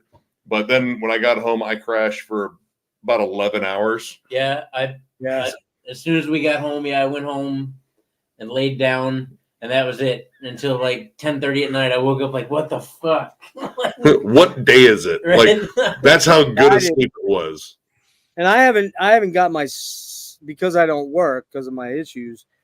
I really haven't gotten that turned around. I'm like, I woke up at 10 o'clock last night, not this night, last night. So I'm over 24 hours now. So I did that purposely so that I'd crash after this and hopefully flip it back around. But how about you and Franco, you and Ryan, did you guys take off early on? No, you stayed for Mortuary Drape, right? Stayed for Mortuary Drape. Yeah. Checked out the next day. It took, driving anywhere between into the tri-state area from work point south on Memorial Day is always, is going to be tough. But yeah, it really wasn't too bad. It probably took me like almost 5 hours to get home for what should be 3.5 hours. So it wasn't too bad. And I was all right. I didn't have a big issue recovering. I thought I was going to be jet lagged from the Finland trip before that, but I wound up surviving. I don't know. I'm in like a good late 40s. I don't know. You're an animal, Franco. You're an animal. But hey, good news was I've heard a story or two about Nick that I was like, we gotta watch out for this guy. Things could get way out of hand. No, those days. No out of hand from Nick. He seemed perfectly here. Well, you will admit you did end up in a trash can at one point in time. At my 20s, real quick about me, I started drinking a little bit later in life. Like I was all about being straight edge until I was about 24. No way. And then I was like, well, fuck this. I'm tired of being the responsible one. And so I probably had like the crazy, what people usually get out of their system. I was doing like at 30, so I got, and I actually ruined an MDF night for myself in 2012, 2013, whenever Morbid Angel and Shooter from Norway played. And all I wanted to do was see Shooter, that Norwegian black metal band. Oh, the killer. And I wound up just ruining the night for myself and vomiting everywhere. Getting too fucked up, you mean? Out of my car. And I was like, you know what? This is childlike shit. Like, that's shit you do in your 20s, and you're lucky you survive it sometimes. Yeah. So these days it's all about, it's all about like getting enough sleep, waking up, eating a good meal, and going to the fitness center, getting a little workout in. Oh wow, no way. Yeah. And then getting to the fest, and then I can get into the fucking start. And I drink liquor, I don't drink beer. So I ran into you a bunch. So you didn't, never to me did you seem like you were out of control. None of us did. And even who, you guys don't see me drunk that often, but when I get drunk, I usually pass out. But I didn't pass out, and I just got kicked in the face. Yeah, no, that was, you were pretty drunk. Yes. Well, that particular night I was. Otherwise, you probably would have gone, fuck, ow. You don't even remember running into us because we talked to you about it the next day. And you're like, I didn't run into you. I did. Yeah, I was. Well, I couldn't fucking see you. I had the fucking glasses. You didn't know you were talking to that. Okay, that's fair. But so just as a wrap up, for me, it's hard. It really is almost impossible. We've been giving you our kind of favorite bands of each day, and like I said, I kind of gave you the top 5, but man, it's just such a special experience. And a couple things to note: no fights. Didn't see anybody getting fucking stupid and screaming and yelling, and except for me at the security guard, who was like 8 feet taller than me. I didn't scream or yell. I'm just like, oh, fuck you, man. He said I could be back here. Fuck you, man. All right, whatever. And I left. But and I was kind of a little sauced on. But no fights, no ugliness, no. I mean, yeah, okay, a guy fell and fucking cracked his skull. That's just. And Jimmy saw a weird thing too. What happened with you? I think that was like shit, man. It might have been when Defeated Sanity was playing. It was early in the day, and like was trying to get in the merch tent, MDF merch tent, and this dude just slowly collapsed. Yeah, Friend was like trying to hold him up, and they tried to like prop him up on a chair, and they could barely hold the guy up because he's a pretty big dude. And he was he hammered that you saw, or I don't think I don't know. He was either hammered or he had some kind of diabetic situation, but he was out. They cleared the whole tent out and brought the paramedics in. Oh shit! No hauled way. him out of there. I don't know what happened to him. James almost got hit by a bottle during Dismember. He did get hit by a bottle. Well, I think it landed. Hit him in the head, but it hit him. Oh, I thought it landed right next to him and popped. It hit his side and then. Yeah, it fell. That pop was loud too. I thought it was a gun. I did too. I thought it was a gunshot, but it wasn't. I'll tell you what. When I went in 2017, I was like, I'll kid you not. I went and it was all inside. It was all at either Soundstage or Rams Head that year. And I'll never forget during fucking Behexen, I was down on the floor by the board. And some motherfucker up on the second level just tossed a full ass fucking beer. And of course, all over me. Then, and I had to drive home, of course. So I'm with my kid and I'm not even sure. I don't think I was drinking in 2017. I think I was still in a sober period at that point. And so I go up to watch, what do they call Ackercock, right? Yeah, I think it's Ackercock. I go up to the second level, right? I'm like, all right, nobody's going to drop any beer on me here, fuckers. They threw it up. Some fucking asshole on the third floor drops a fucking beer square on my head, man. It's like Monty Python's pit. Almost like he knew I was going to be there. And soaked me. I'm like, you fucking. So, man, I'm pissed. I'm not drunk, but I'm pissed. I go hunt this guy. I can't fucking find him. There's fucking, 1,500, 1,800 people in that place. And then I go down on the floor for fucking Candlemass. And yes. Another beer got chucked where a bunch of us, the soundboard even got fucking soaked. I don't know what it was that year, a bunch of fucking dildos throwing beers, but had none of that problem here at all. Not one.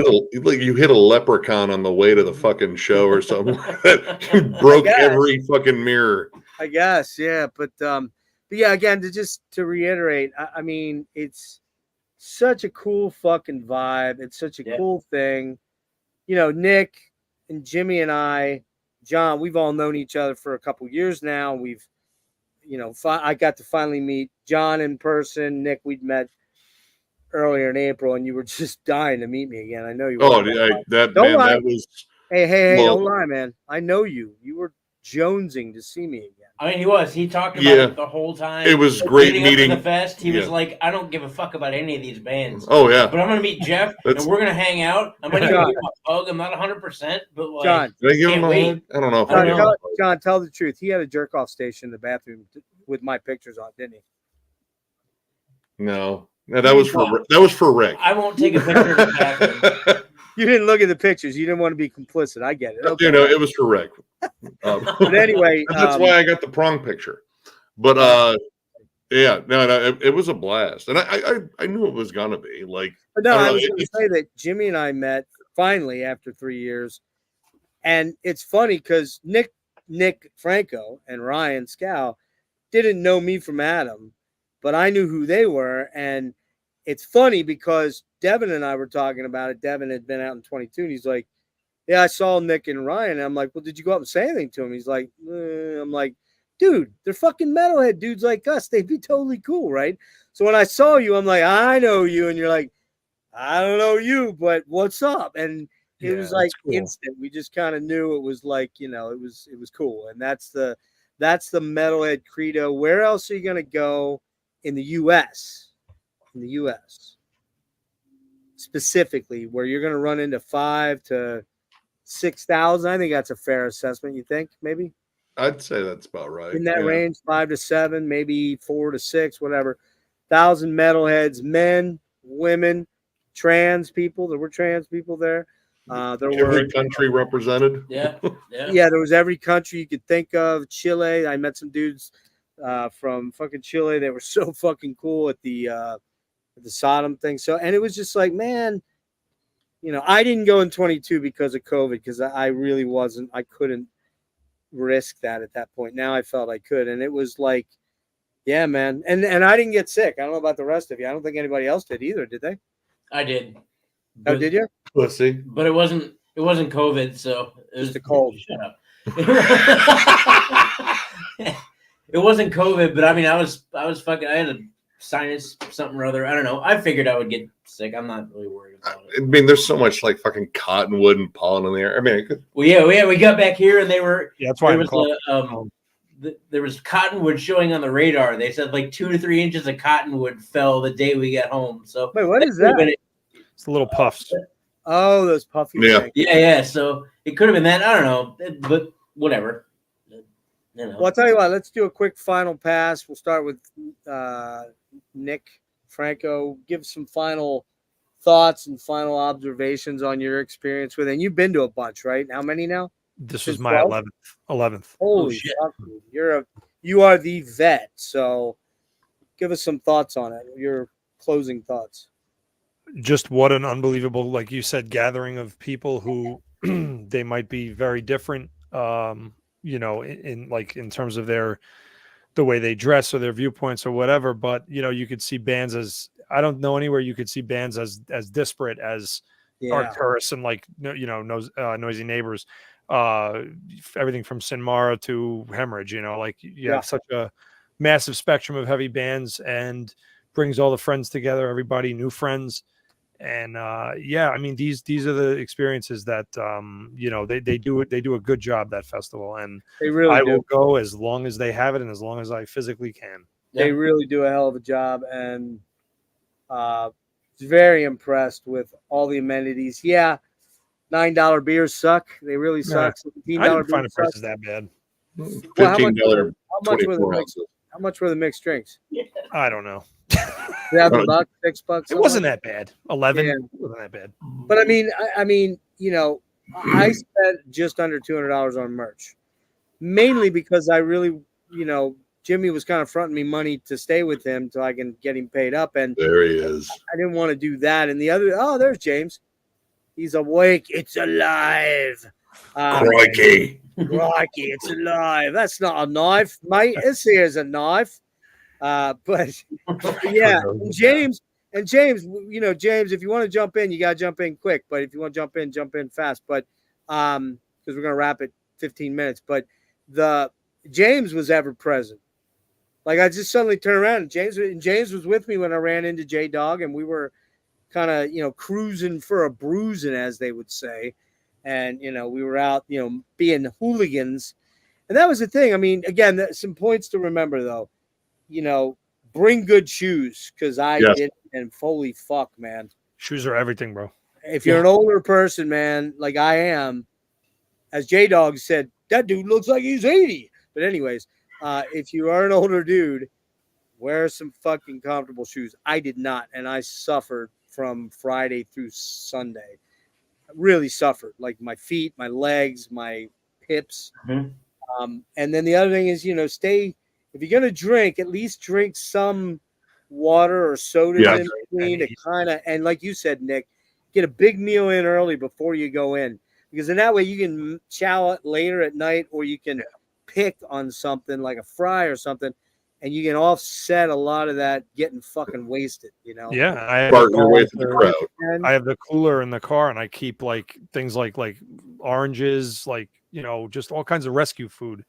You were funny though. The first night I met, you're like, "Hey, I got a fucking," how'd you say it?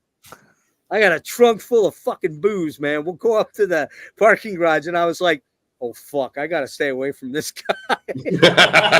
I was having some big parties up there on that. I bet you were, man. Not this year. It just didn't work out this year. Oh. There was another party up there, but like was it 1 year ago? It got to the point where Maryland skipped a year. Not the whole year. They skipped another year. 23 was off. 23, right. So in 22, the reputation for my little car parties grew to the point that the last night, I'll never forget the elevator doors opening and just a fucking waves of people coming to my car. People I didn't even know. And I was like, oh shit. And I didn't have that much stuff. My big mouth. Right? But, Me and my big mouth. Care for what you wish for, right? Yeah, but it was great. And just bring up James again from Australia, man. That's 2 times this guy has come from fucking Australia. That is hardcore. That deserves all of our horns up right now. Yeah, too many horns for one. Geoff, can you send James the link? Because he said. I didn't send it to him. I'm sorry. Yeah, I'll throw it on. Well, here, I'm gonna go grab a smoke. I'm gonna let you talk. We're not gonna be too much longer, Franco. Just so you know. No. Okay, but we'll bring our boy James on quick. Well, John, since you I waited to do that. I wasn't gonna do it. You fuck. You miserable fuck. He just shit on you, didn't he? Yeah, he fart. Well, I was gonna fucking fart too here, but I decided I was like, no, I'm not gonna be a dick. Crop dusted you. But no, yeah, because he's a piece of shit. He does that all the time. We had to have a fart at some point, given that this was sort of the Maryland Death Fart Festival. Because I farted a bunch. Right. I'm not gonna lie. I think if you look at their Facebook page, there was like nothing but fart memes like going and people. I didn't run into that. Run into that weirdly. I don't know why. I got lucky, I guess. There's a lot of it. Was there? Yeah, I mean, like in like enclosed areas like Soundstage and Ram's Head, there was definitely a lot of crop dusting going on. It was pretty. Oh fun. yeah. At least nobody performed a lewd sex act in the middle of an autopsy set like a couple years ago. Yeah. If autopsy would have nothing that crazy that we know about happened that we know about. So, except for me giving blowjobs to all the bands I was talking to, that was it. But yeah, I don't know, John. We didn't get your first 2 days, but in order to kind of keep it a little bit more concise, do you have any? Give us a couple of your favorite bands from the entire fest, and then any observations you want to roll out there. I mean, Atheist ruled. That was the first time I'd ever seen Atheist, and that was the best set ever. Like I still talk about that set. That just ruled. I'd never seen them, and man, it was super good. Fossilization, of course, I was waiting to see. I'm pissed they didn't have merch, but what are you gonna do? Finally got to see Bloodbath. Finally got to see Gorguts. Like a lot of like first time bands for me. That's awesome. For this year. So yeah, Noisy Neighbors was awesome. Necessary Death. Mortuary Drape. And Jimmy was telling me how much I loved Mortuary Drape, and that fucking ruled. This is our third Maryland Deathfest, and so we always kind of know what we're getting into. Comfortable footwear is a thing. I finally took comfortable footwear. That was a blessing. Man, it's weird. Out of the 3 times I've been there now, this one somehow felt like the most. I don't know. It kind of seemed family oriented. Like just everybody I ran into was hugs and smiles and handshakes. Like we met a ton of fucking people that recognized us from Thralls, and that was really cool. But yeah, like the whole thing, it just seemed kind of like it felt like I was home, like wherever we went, wherever we talked to, whoever we hung out with, it just seemed like everybody was like the sense of camaraderie was there. So it was really cool. I had a great time. That for anybody that hasn't gone, you're doing yourself a disservice. Yeah, unless you live right nearby. I mean, like right nearby. And I live an hour away, and it just wouldn't have been feasible to go back and forth. Even if I was by myself at my age, I'd have found an excuse to go, oh, fuck, I'm not going today or whatever. But unless you're super close, get yourself a nice hotel, preferably in walking distance or short commute distance, because then you just don't have the logistics of worry of, well, where am I, that was the key, man, because like when I went 2 years ago, like I was going back with James and Ben, like in Philly, and like it wasn't as much fun, right? It wasn't as much fun. I mean, it was fun, but it's just like you miss a lot of stuff and you don't have as much like freedom to really plus, just kind of like. Plus, you're always on a watch. You're always watching. Yeah, I mean, like if you're gonna drive back, it just adds a lot to just like you may as well just get the hotel or get something close. Yeah, but my whole point there was, I think I dropped about between what I got to pay Jimmy at probably about $1,200. Now I know I didn't have flights, so I didn't have to worry about that, and I went a little easy on, things like merch and stuff like that. But I didn't really cut corners anywhere else. I ate when I was hungry, I drank when I was thirsty, and I drank when I wanted to get a buzz. So, finances were a little tough for me this year, and I won't go into all that. But yeah, no. 2022, in 2022, I spent $3,000, not counting the flight, not counting the hotel room. Like, holy fuck! I spent a lot of fucking money. So did Devin when he merch, came in. Like a lot. I think Devin and I probably would have done so this year if I could have afforded it, but shit happens. I backed off a little bit. I know what you're saying, but Jimmy, I did pretty good. I mean, like I stuck the t-shirts on this round. Like I think I bought like 9 t-shirts, something like that, which is pretty. I got 5. Yeah. Atheist. I got the Maryland Deathfest. I got the Mayhem one, which is super cool. I got Cathealist. I got who else did I get? Oh, Sabotage, Hall of the Mountain King. I've been looking for one of them forever. I was like, yes, that's mine. Don't care how much it is. And then Blood Incantation, Interdimensional Extinction. Extinction. Mm-hmm.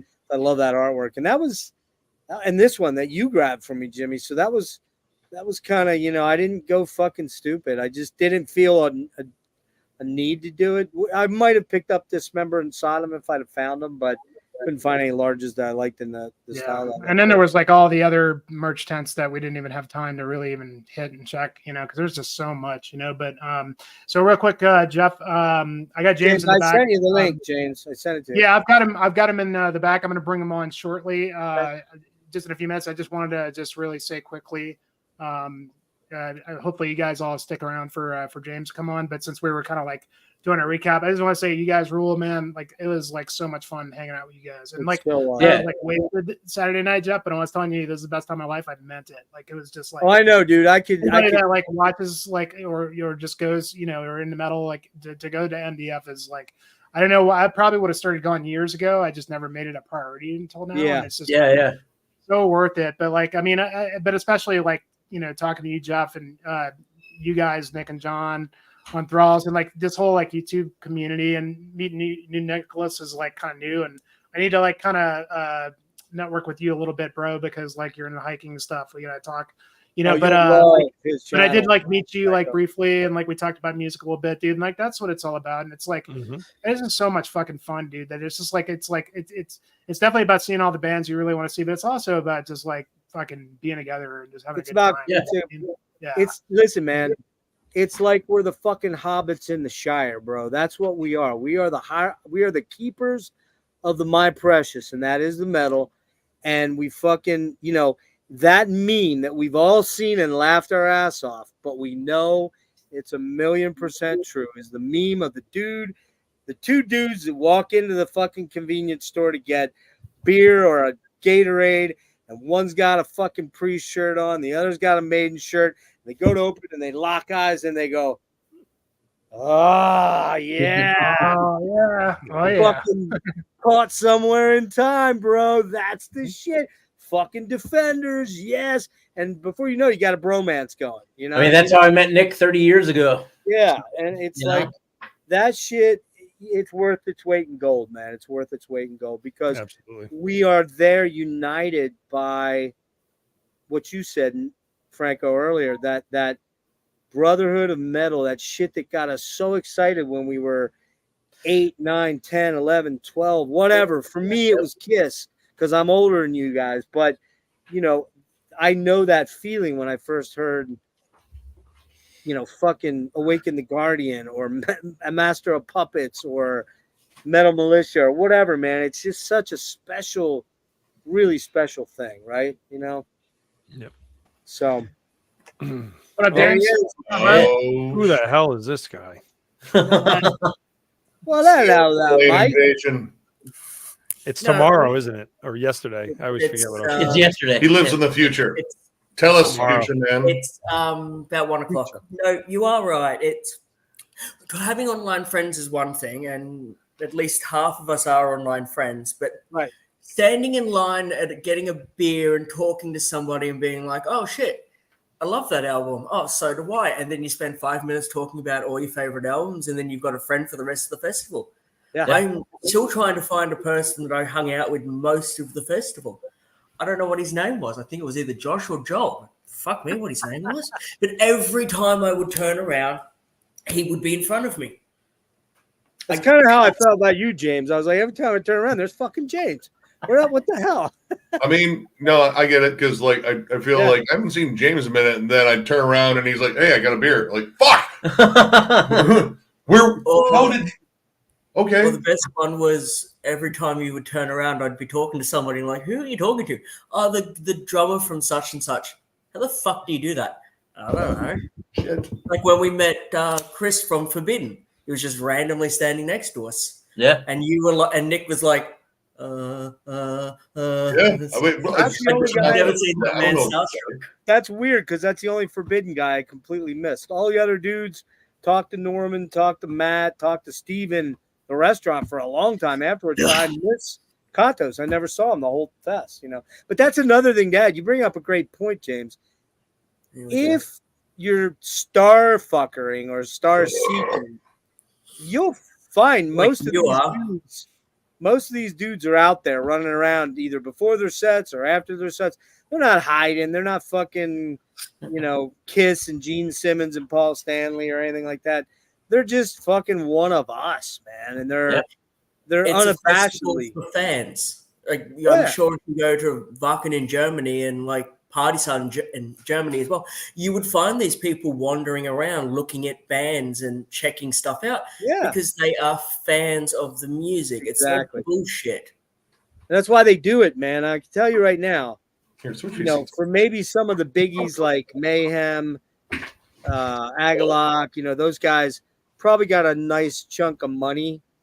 John didn't tell me, but he kind of intimated. It was a nice, covers all their expenses. They actually walk away with some money. As it should be.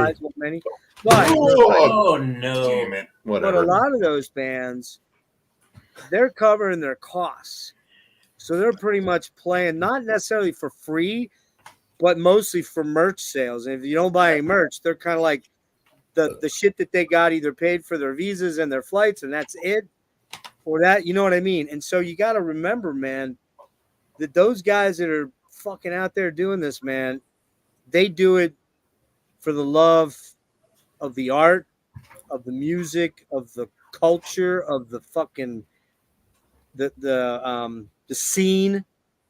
They don't really do it for any other reason. It's not a financial one because most of those guys are not walking out there with fucking giant paychecks. If they walk with 2 or 3. Yeah. Are you trying to tell us that there's no money in extreme metal? Who would have fucking thought? Exactly. Who knew that? Next thing you're going to tell us that there's no women in it. Come on. Come on. There are because we met some. And I know that there are. And there were a lot of women there, and there were some that weren't tethered, it seemed to me anyways, unless their boyfriends were or husbands were off somewhere else. But I mean, there were a fair amount of women. But I have to say, I have to say this. I'm a dude that, how do I say this delicately? You don't. I'm an old man that hasn't had a girlfriend in quite a while, like by my own design. So it's kind of like I was very shocked at myself.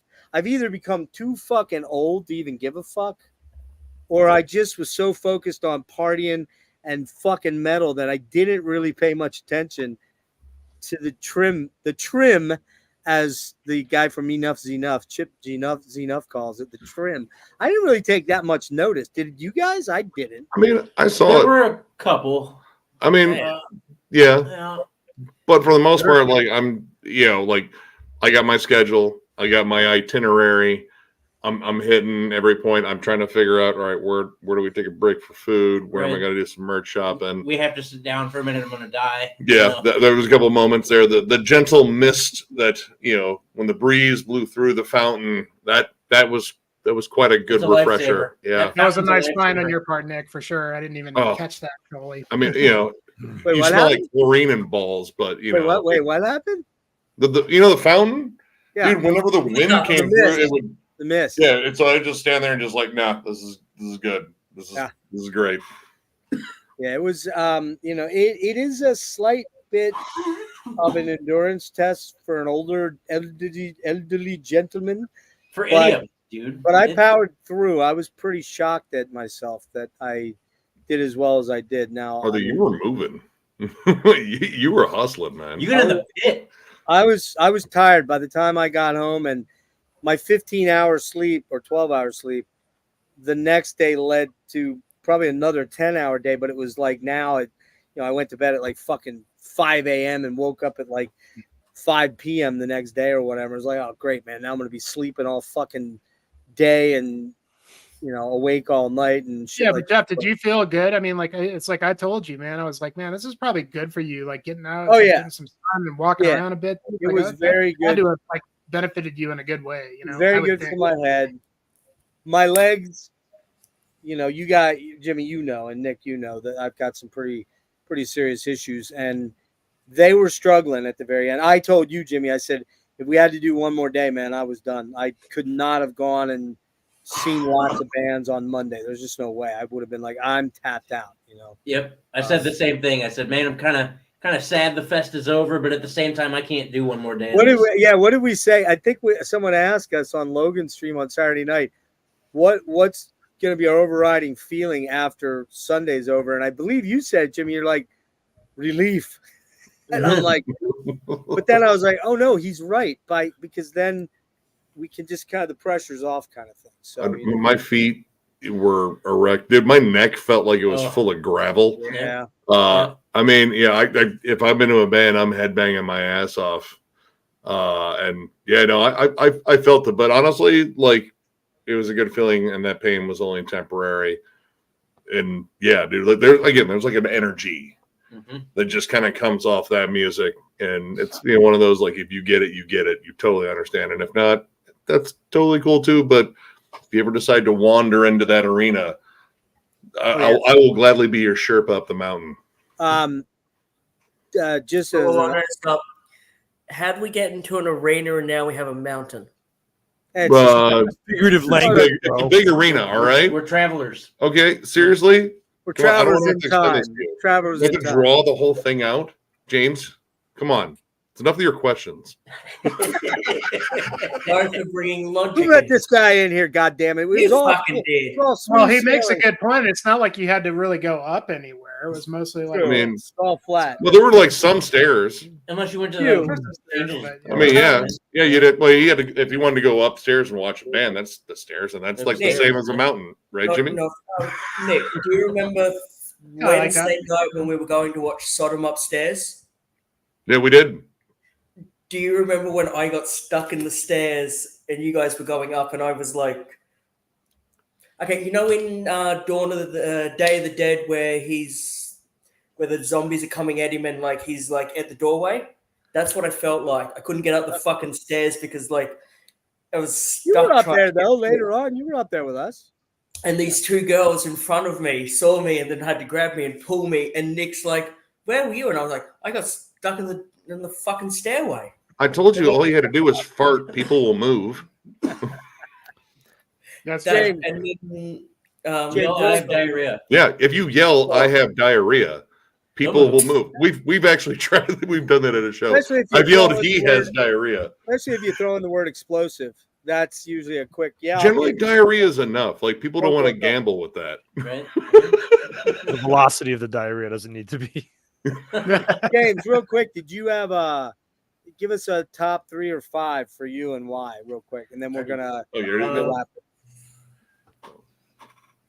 Well, Hemorrhage was number 1 because they're my favorite band on this planet, and they were so fucking good live. Nick, Franco, you fucking J-Dog, you J-Dog ball watch. I mean, Noisy Neighbor's going to take the cake for Grindcore for me, but Hemorrhage was amazing. I love Hemorrhage, and I wanted to see him 2022 because I know they don't play a lot of shows. I sure as hell know they're never going to play here. But they had that whole thing, so they were the number 1. That first Sodom set at the Ram's Head was fucking good. Yeah, great. dude, that crushed. But that second set just, I don't know, it just did not feel as fun. Something else. It wasn't as fun for me when I got kicked in the face, but who knows? That was funny. I'm sure you had your face I'm there. sure it was hysterical to you guys. Your suffering is. Seeing you later, yeah. Well, I know I'm not Devin, but I've got to get my amusement out of your suffering. See, now I knew he'd bring up Devin. I just knew it was coming, man. Well, and there you go. Here he is. You said my name. You summoned him, James. Wait a minute, goddammit, Jimmy. What the fuck? We talked about this. And the third one was Dismember because it was incredible. Hey, you know what's funny? We were all there, but Devin never got to see Dismember or Sodom. Hey, Devin, what was your favorite band at 20? Yeah, what was your favorite, dipshit? It's not like I didn't ask him 42 fucking times and tell him Jimmy and I were getting a room and all he had to do was Well, you didn't go in 22, so fuck off. Dude, you know why I couldn't go. Stop. Listen, we can't make fun of Devin because that Sam Ale shirt and that Morbid Angel poster. Dude, yeah, I was gonna say. Poster, Devin's pretty fucking Nick, cool. you say that, but all we do on a daily basis, Jeff and I, is bully the shit on out of Devin. him. Yeah, we do. We shit on him constantly. I don't know. There's a good first impression right He's like the son I absolutely never ever dreamed of wanting to have. Is that one Bathory next to it? Still don't want him. Yeah, it's Battery. Yep. Yeah. Oh, you can't make fun of this kid. He's got a good trifecta. He's all right. He knows a lot about death metal. He's 26, right? Oh my God, 13. Power Slave. He's my lost son. There you go. Exactly. Father. He's young enough to be your son. What are you, Devin? Yeah. 26? Yeah. Same He's age as my like 6'3" too. When we first met Devin in 22, it was like, oh my God, he could dunk on you. And James is actually my kid. I don't know if you guys know. But yeah, we now know. We know there's some. You had some love child in Aussie land, and he. That's the good thing about that is he can take a lot of shit, but he can give a lot of shit too. So, yep. Oh yeah. Cheers to you, brother. Yeah. So favorite bands, Devin. I want to hear. All right. That I didn't see. No, that your favorite bands. Yeah, you didn't see. Oh, all right. You're interviewing for a job right now. Oh my. What do you mean, like favorite bands I played at the festival? Yeah, that you saw. You? Yeah. Seeing Mortuary Drape would have been cool. Sodom, Defeated Sanity. Well, D-Flesh was supposed to play, but they canceled. Yeah, I was bummed about that. Was that who Mortal Skull took over for? Or no, that was no, Agalloch took over for Might I Bride. Who else? Sinmara, you had said you'd wanted to see them, didn't you? Yeah, that would have been nice. Sinmara, I mean. I'm trying to think. Bloodbath. Those are the big ones. Yeah, Gorguts. Those are the big ones. Fossilization. You got Nick. You and Devin get along quite well because you guys are into some out there black metal. I'm the black metal pussy of the batch here. He's the canoe. I'm a canoe. I'm a certified. Jeff, you're also the grindcore pussy too. Don't sell yourself short. That's true. Yeah, even more so. Oh, I love it. Listen here. I mean, he actually did a black metal island, but he hasn't done a grindcore island yet. That's true. I have. I did and I do like a lot of black metal, but I'm pickier and choosier with that. But Devin, you really know your black metal far more than I do. So, but yeah, you were there in 20. He was there in 22 and met all these guys except me and James. And then I unfortunately met this douchebag in 22. Oh, you did meet him there then? Okay. Yeah, that's where we met him. Guys, he found us outside of our hotel. Yep. Just curious about something. Did you guys 69 at all or anything? Ask him for a friend. No, He's but asking for it's probably four, about right? your height, Jeff. So you can line that up, you two. Say what? I said you two are probably about the same height and hair color, so you could probably line that up real well. No, Devin. I'd come up to Devin's fucking titties, man. I'm not. No, I'm very. Devin could totally dunk on you. James, you and I were standing next to each other. I think I'm a little taller than you. Come We're in the up same to range. or come on. It'd be like Scottie Pippen standing next to like fucking Danny DeVito. Rango's like, fuck. What am I getting into here at this point? Wait, no, Danny DeVito from like anything.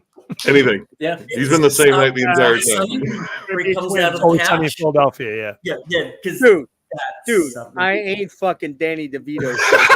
Bro. Holy fuck, bro! Come on. You're like half a Gandalf. I'll give you that. He's I gotta a say trendy though, version of Gandalf.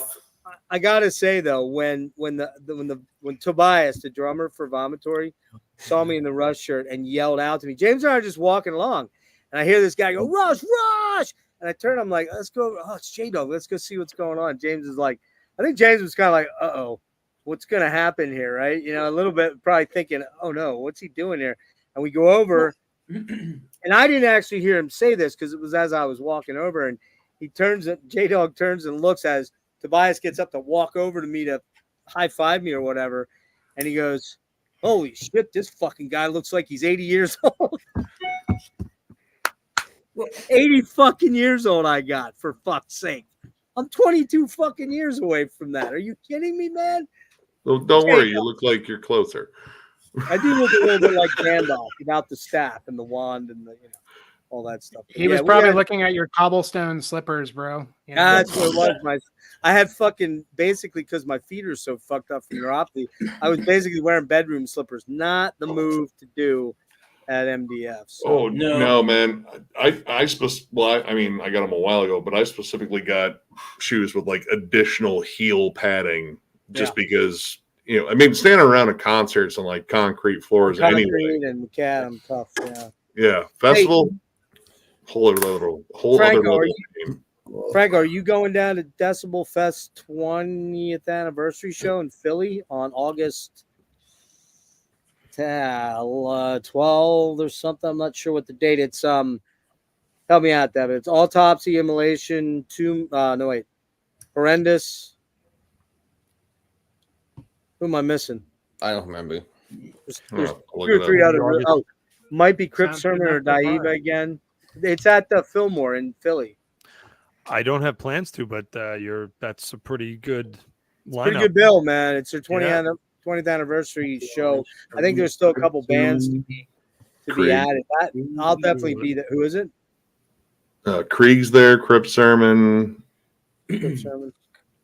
Wow, first Philadelphia show ever for Autopsy? Yeah. Wow. How is that even possible? They're headlining it. Yeah, they never played there before. Chris told me. Yeah. Kind of wild. So I just want to throw in your bonnet there, Nick, for August. They're doing stuff. So yeah, looking. I don't know. So Nick, you already said you bought your tickets. Has anybody else grabbed the ticket? No. He has. Nick, Franco. I did. Yeah, for next year. Yep. And, for MDF. Yeah. And everybody else, I think. Kevin? Not yet. I mean, we'll be there.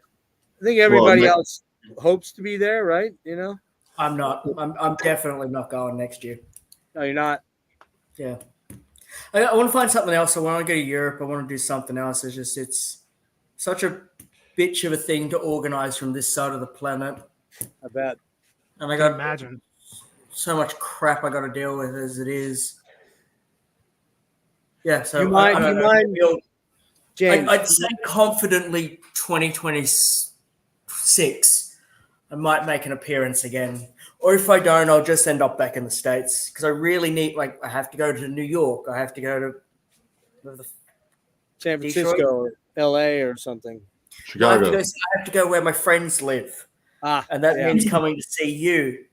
Oh, fuck. And hanging out with you and your dad. Oh, fuck. Well, thank God. Oh, dude. Thank God I'm going to die Record everything. James, I've said that's totally warranting a fucking channel of your own with Geoff and his dad. Yeah, you got Geoff and his dad. James, you have no fucking clue just how great a time you're going to have hanging out with me and my old man, my 83-year-old man. We're going to be doing shots of wild turkey and bringing in hookers. It's going to be the greatest. Don't worry. Just a quick question, James. Do you feel okay, Geoff? But if I show up and this doesn't happen, I'm going to be pissed. I know. Well, I'll make sure it's a time well spent. But I got a question for you. You don't have to answer it if it's uncomfortable. But do you mind giving us a ballpark figure on what you spent coming to the show? Everything, if you ballparked it? Yeah, that's fine. Well, my flights were a lot cheaper this time. by about $800. That's not bad. Round trip? It's still, I'll tell you the number in Australia, and then someone can bring up a calculator. 2, 3. What do you guys use for money down there? Beads, rocks? No, Crocodile teeth. Use scalps, Aboriginal scalps. Oh, okay. Venomous snakes. He's like, fuck. Oh, James, don't be like that. Feelings now, damn it, son of a bitch. Wait, I think he's out. Is he out of medical? Oh, wow. Say, I spent a lot less on merch this year because the bootleg stuff was not great. I pre-ordered a bunch of stuff. Like there was a bunch of packages at Nick's. I saved money there. I would comfortably say I probably spent about 7.5, maybe 8 US. So 7,500 US. So there you go. Anybody that's worried about dropping $1,000 at this thing, this guy. But you have to factor in the bullshit exchange rate we have in Australia. Yeah, it's bad, man. It's fucking. I think it's like 66 cents to the dollar. Yep. How much is it? 66 cents. Oh wow. To a dollar for them. Yeah.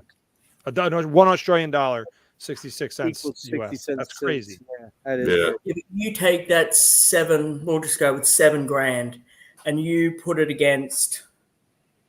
So if I want to go to a show, it's probably about $90 a ticket. I'm not kidding. Then it's flights. That's usually about $200. Accommodations probably about $140 a night. Factoring in beer and merch money, it adds up. So me going there for a week, even though I have to deal with the bullshit travel and everything that is factored in with getting into a stupid country, it is still cheaper and easier to do this than it is to go and see shows one at a time in Australia. And plus, where on earth am I ever going to have? You're not. See, severe torture. Get to watch sacrifice during a dismember signing. You're not going to get that down there. I get to meet hemorrhage. I get to see hemorrhage. I get to see dismember. I get to. Who else is there that day? Someone else. J-Dog. Fucking vomitory. Where else am I going to have a day like that? And I can get absolutely shit-faced to watch hemorrhage at like 12 o'clock at night. And wake up no hangover. James, and you got to fucking meet J-Dog. I mean, come on. And L-Cat and J-Dog. Yeah, I'm more happy I didn't get to see Devin than I am that I actually had to talk. You know what, James, you and I are totally on board with that. I totally feel you want to. Fuck both of you guys. Yeah. I think he heard you. I tried for at least a year to get you to come. Don't deny this. Who, me or him? Him. I tried to get him to come too, man. I was like telling him months ago. Phrasing, guys. Yeah. I'd send him a message once a month going, it would be really fun to hang out again. And not just be a dick, but it'd be cool to hang out again. And he goes, oh, no, I'm not going to go. And then I got all the way to leaving Brisbane for my flight. And I said, if you are at MDF, I'm going to fucking kill you that you've been hiding it this whole time. You haven't told anybody that you're just randomly going to be there. And he said, no, I'm not. And then he told me to get out of. Then he told me to get out of his country when I landed in LA. That is the Devin welcome mat right there. It's a welcome just all know and hate right there. That's the guy, exactly. Welcome to America. Yep. Mm-hmm. But anyway, so welcome to America. Get the fuck out. Devin's a man of few words, and most of those words are fuck. Pretty much. So yeah, man, it was really just a stunning 5 days, almost 6 for me, and it was cool. It's funny. How about it, Devin? We've talked about it. When you were at 22, you told me you saw Nick and Ryan. I was like, well, go fucking talk to him. And you're like, And I forgot to mention I watched SOT, though. I did talk to them for a second, though. Oh, you did? Yeah, after Necrophobic played. Oh, really? Did they say, Buy us some drinks and we'll believe you, or no? No, then I'm friends with James. They're like, oh, who's this loser? Well, that's true. That's a good point. Said something, and he's like, "Oh, how do you know Nick?" And I was like, "Oh, I know Nick and Ryan, and a bunch of them from SOT." And he goes, "Oh, I know them." And I said, "Do you want me to like? If Nick's next to me, I'll introduce you." He goes, "Oh, no, it's okay." And the whole time he's like, "Are you friends? Are you really friends with Franco?" And I'm like, "Franco and I have been friends for a really long time.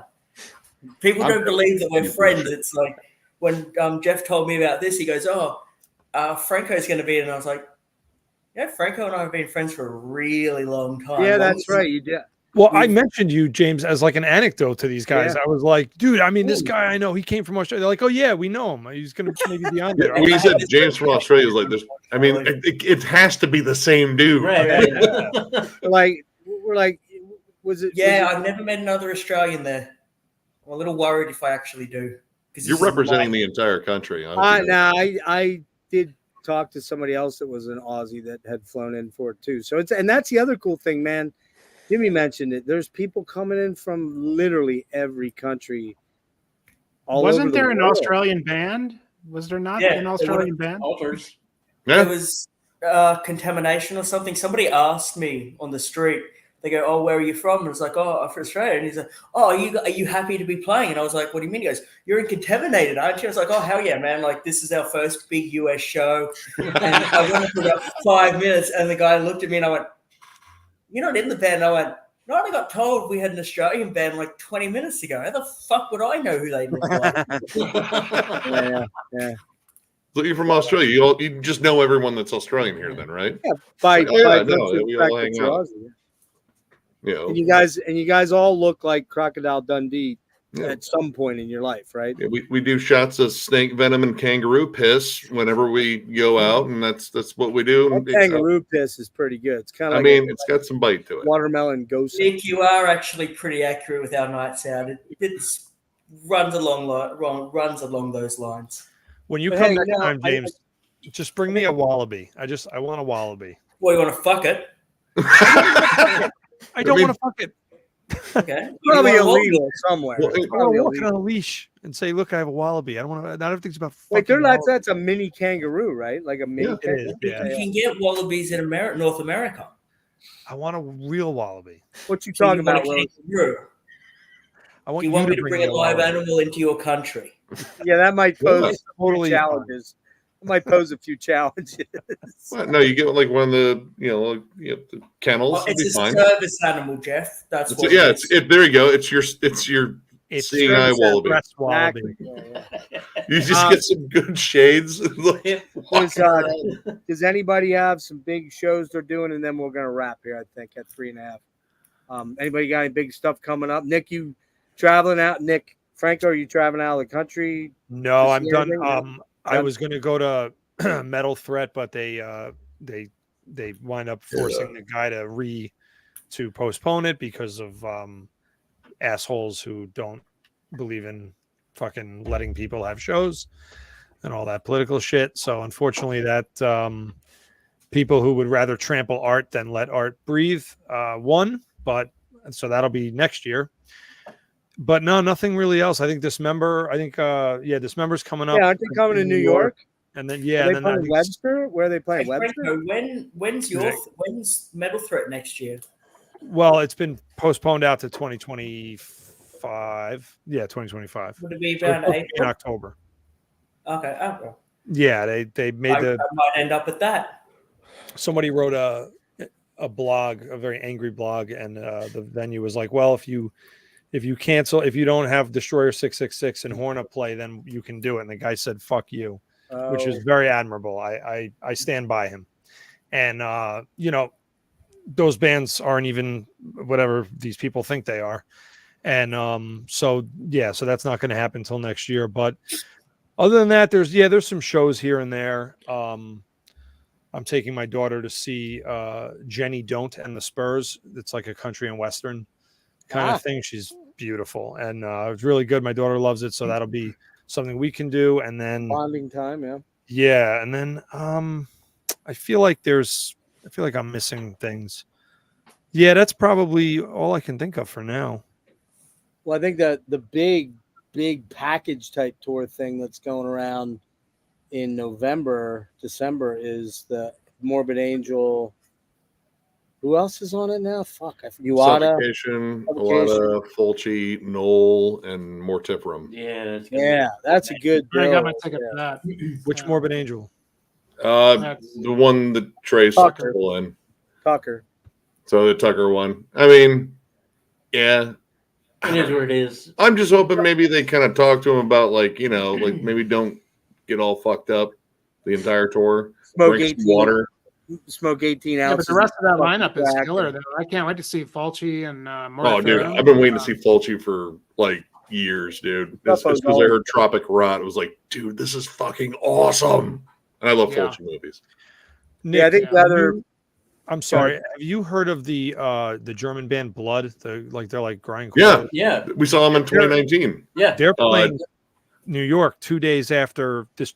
They're playing on the 16th, and Ryan Skow, and I believe I'm going to go to that as well. I'm going to try to go to that. They were so damn good live. I got to run into them at MDF 2019. I was like, dude, you guys, I'd never heard of you before, and I'm a fucking fan. They were sick, right? Yeah, really. Dude, they were amazing. I may go to that. I'm trying to go. We're going to do full terror assault in early September.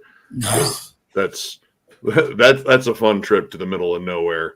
Like, no cell phone the service. Absolute middle of nowhere. Oh yeah, but most middle of nowhere I've ever been. Where's like the entire town's in witness protection. John, you haven't been to Australia. That's the middle of fucking nowhere. This was, I mean, well, it's less desert. Where's Cave In Rock in Illinois. Yeah, southeastern Illinois. It's right on the Ohio River. Oh wow. But deicide, suffocation, 200 stab wounds.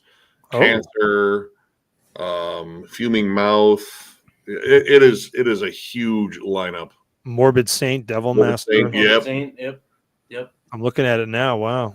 Devil Master's on everything. Poon Tickler. Poon Tickler's back. I get a double down on Poon Tickler. Cancer. England? You're excited about that, aren't you? Yeah. Oh well, and we also go see Weekend Nachos because we and stabbing you guys said was so awesome that stabbing fucking ruled. Yeah. So we got a couple good ones coming up this weekend. On Friday is Crip Sermon record release party in Philly in their hometown. The next night, I think I'm going up to meet Serge. Maybe Rick might go. I'm not sure. Going to see Marissa Nadler. You guys know I love her, man. She's incredible. Yeah. Love her to death. She's playing in Jersey, Nick, at Trenton Film Festival or something like that on a Saturday. Jeff, do you like Chelsea Wolfe? Oh yeah. I love Chelsea. I love her. I love Grouper. Do you know Grouper, which is Amy Harris? Lee Harris? I forget her name. Grouper's in that Marissa, only a little bit more like experimental. I'll have to look it up. Dream Doom / a little more electronica than Marissa used.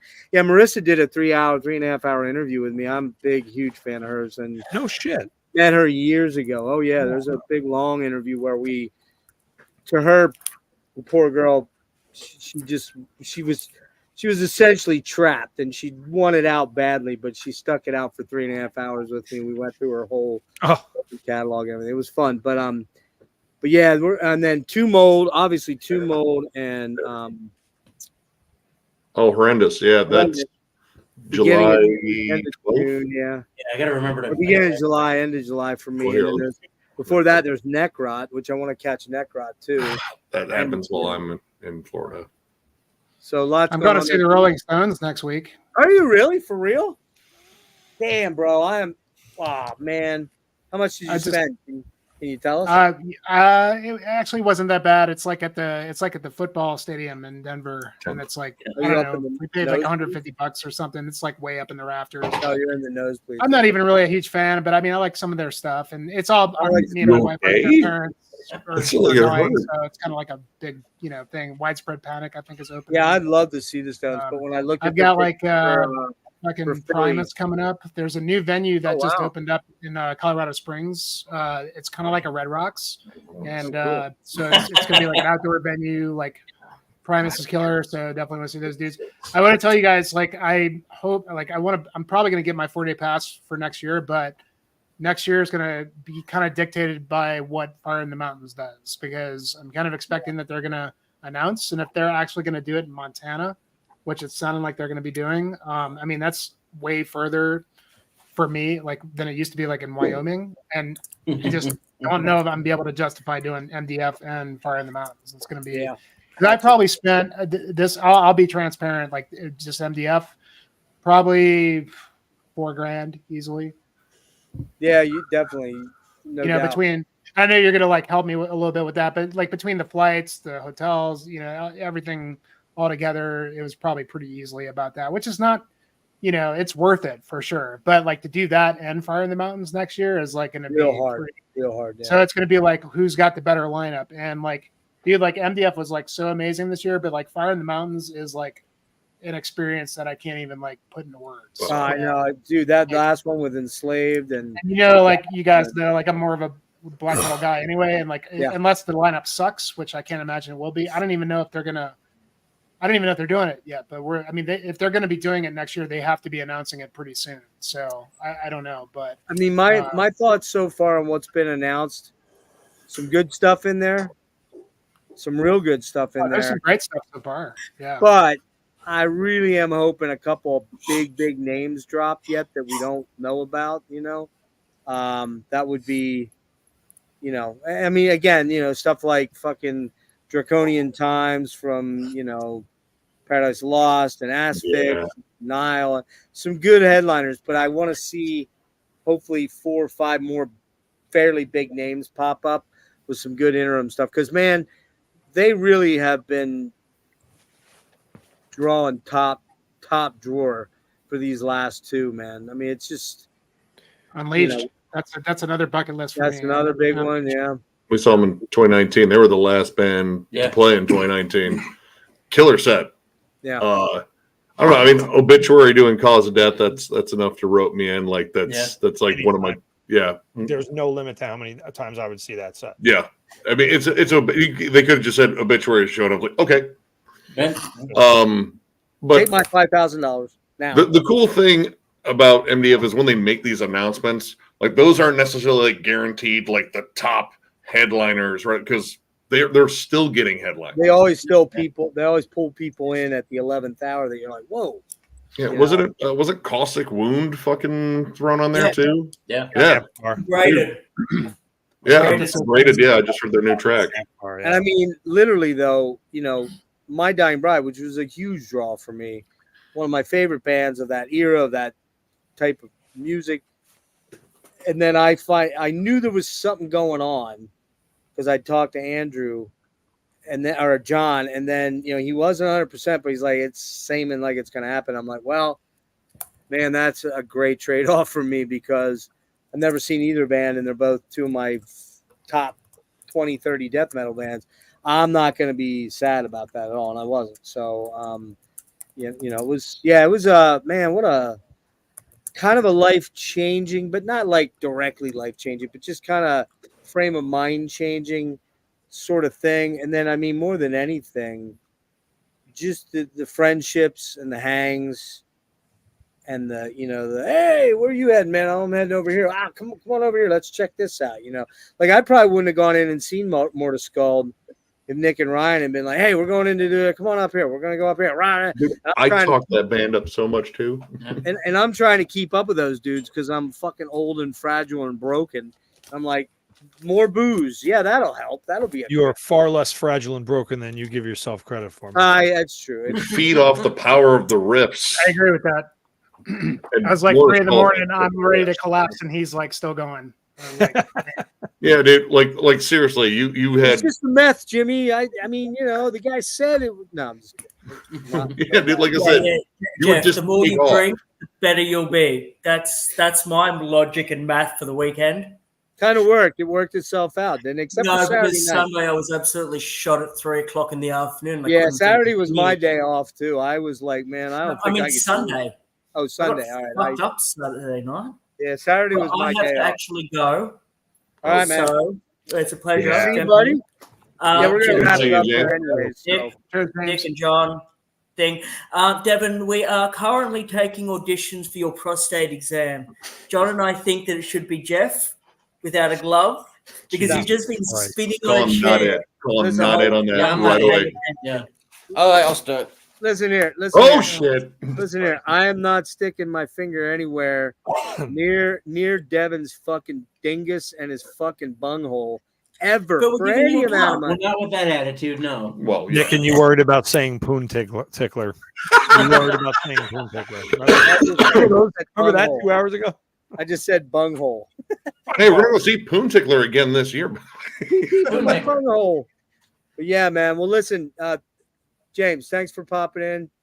Very cool. What time is it your play out there your way? It's about 2:15. In the afternoon.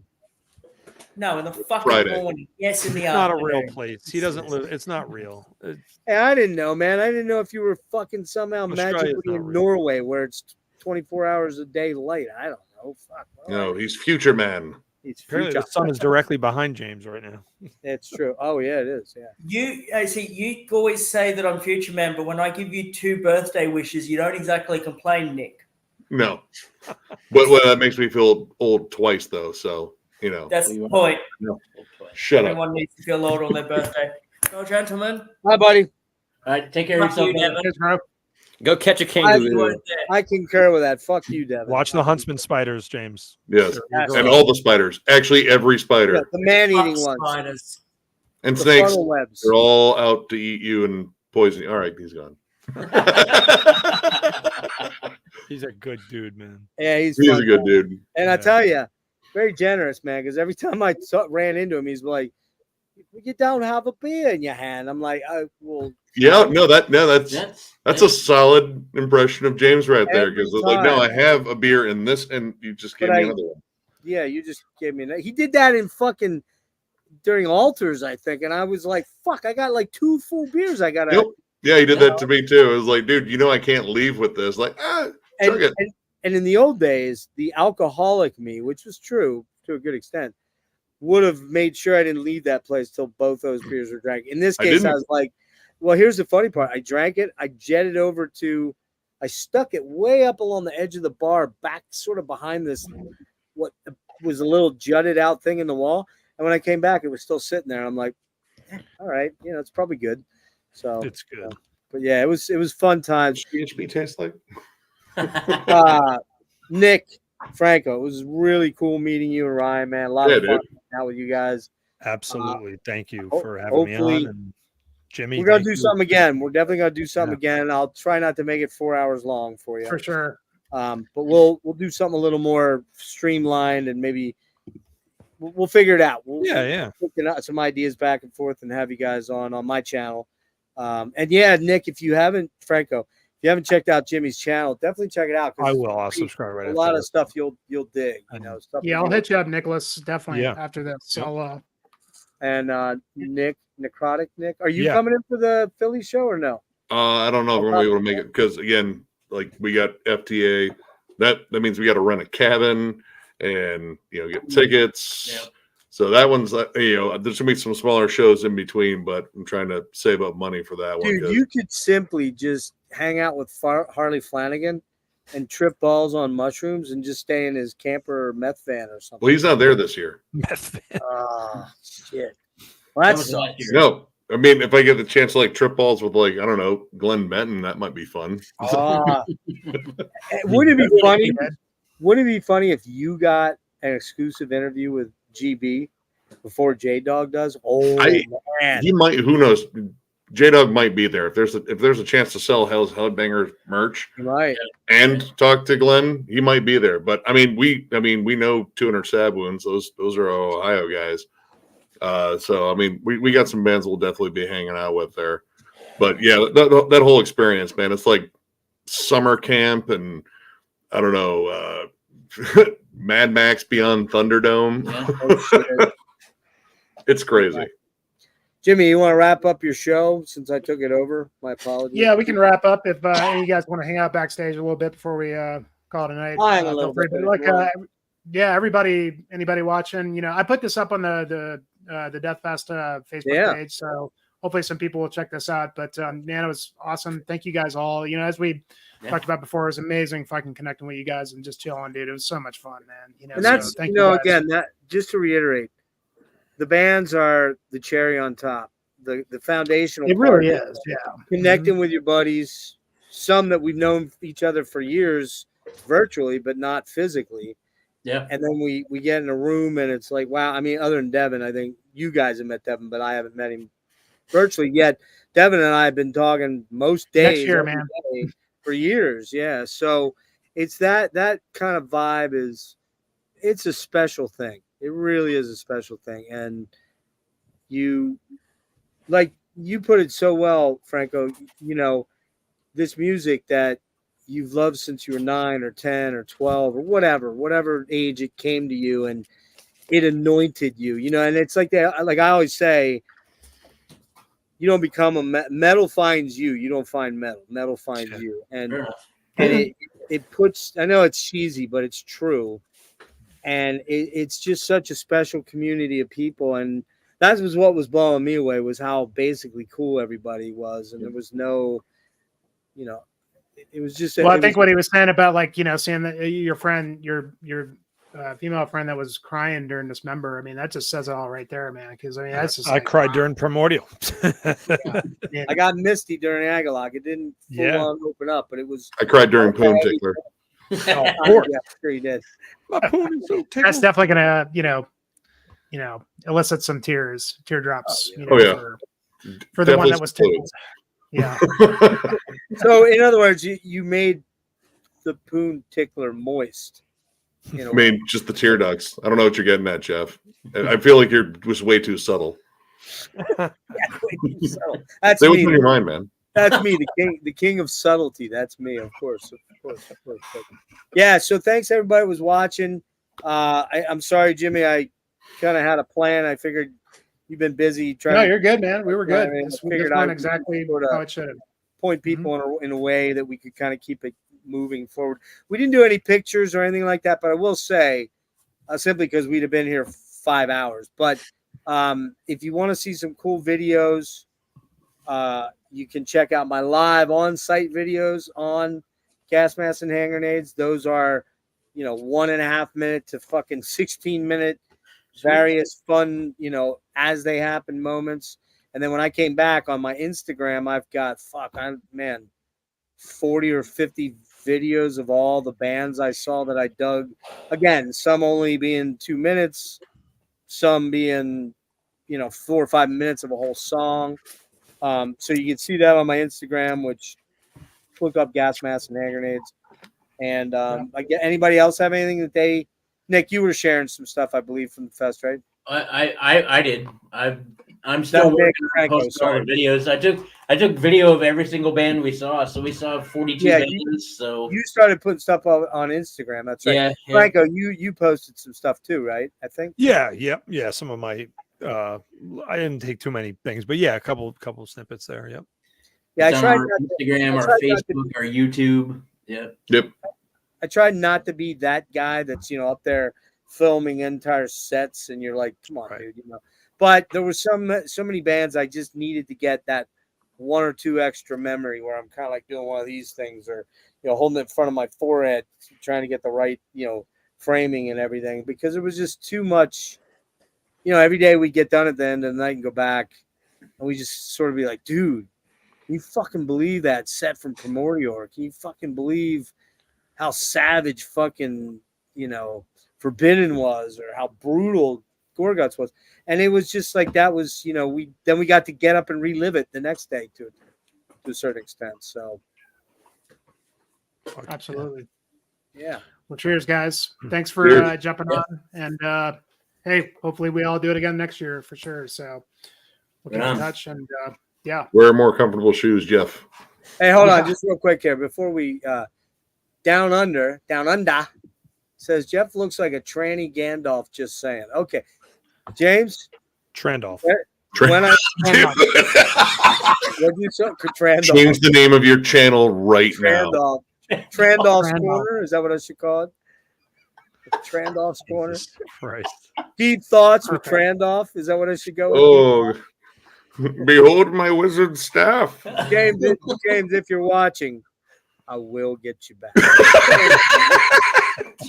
When you least expect it, my son, I will get you back. So I'll hang a few minutes if anybody else wants to hang off the screen. So I gotta go. I gotta shut down. Yeah, Nick, listen, man, we want to thank you so much for all your time, dude. Any final parting shots? Dude, I don't think he can top Trandolph. No. That was pretty good. I got to admit, that was pretty good. Hey, Nicholas, can you hang out for just 1 second? I just want to get your info before you bail out. All right. Yeah, we'll bail out. Guys, out. I'm going to end the stream right here. So cheers. Let's hang out for a minute, and then we'll see you guys. Thank you. All right.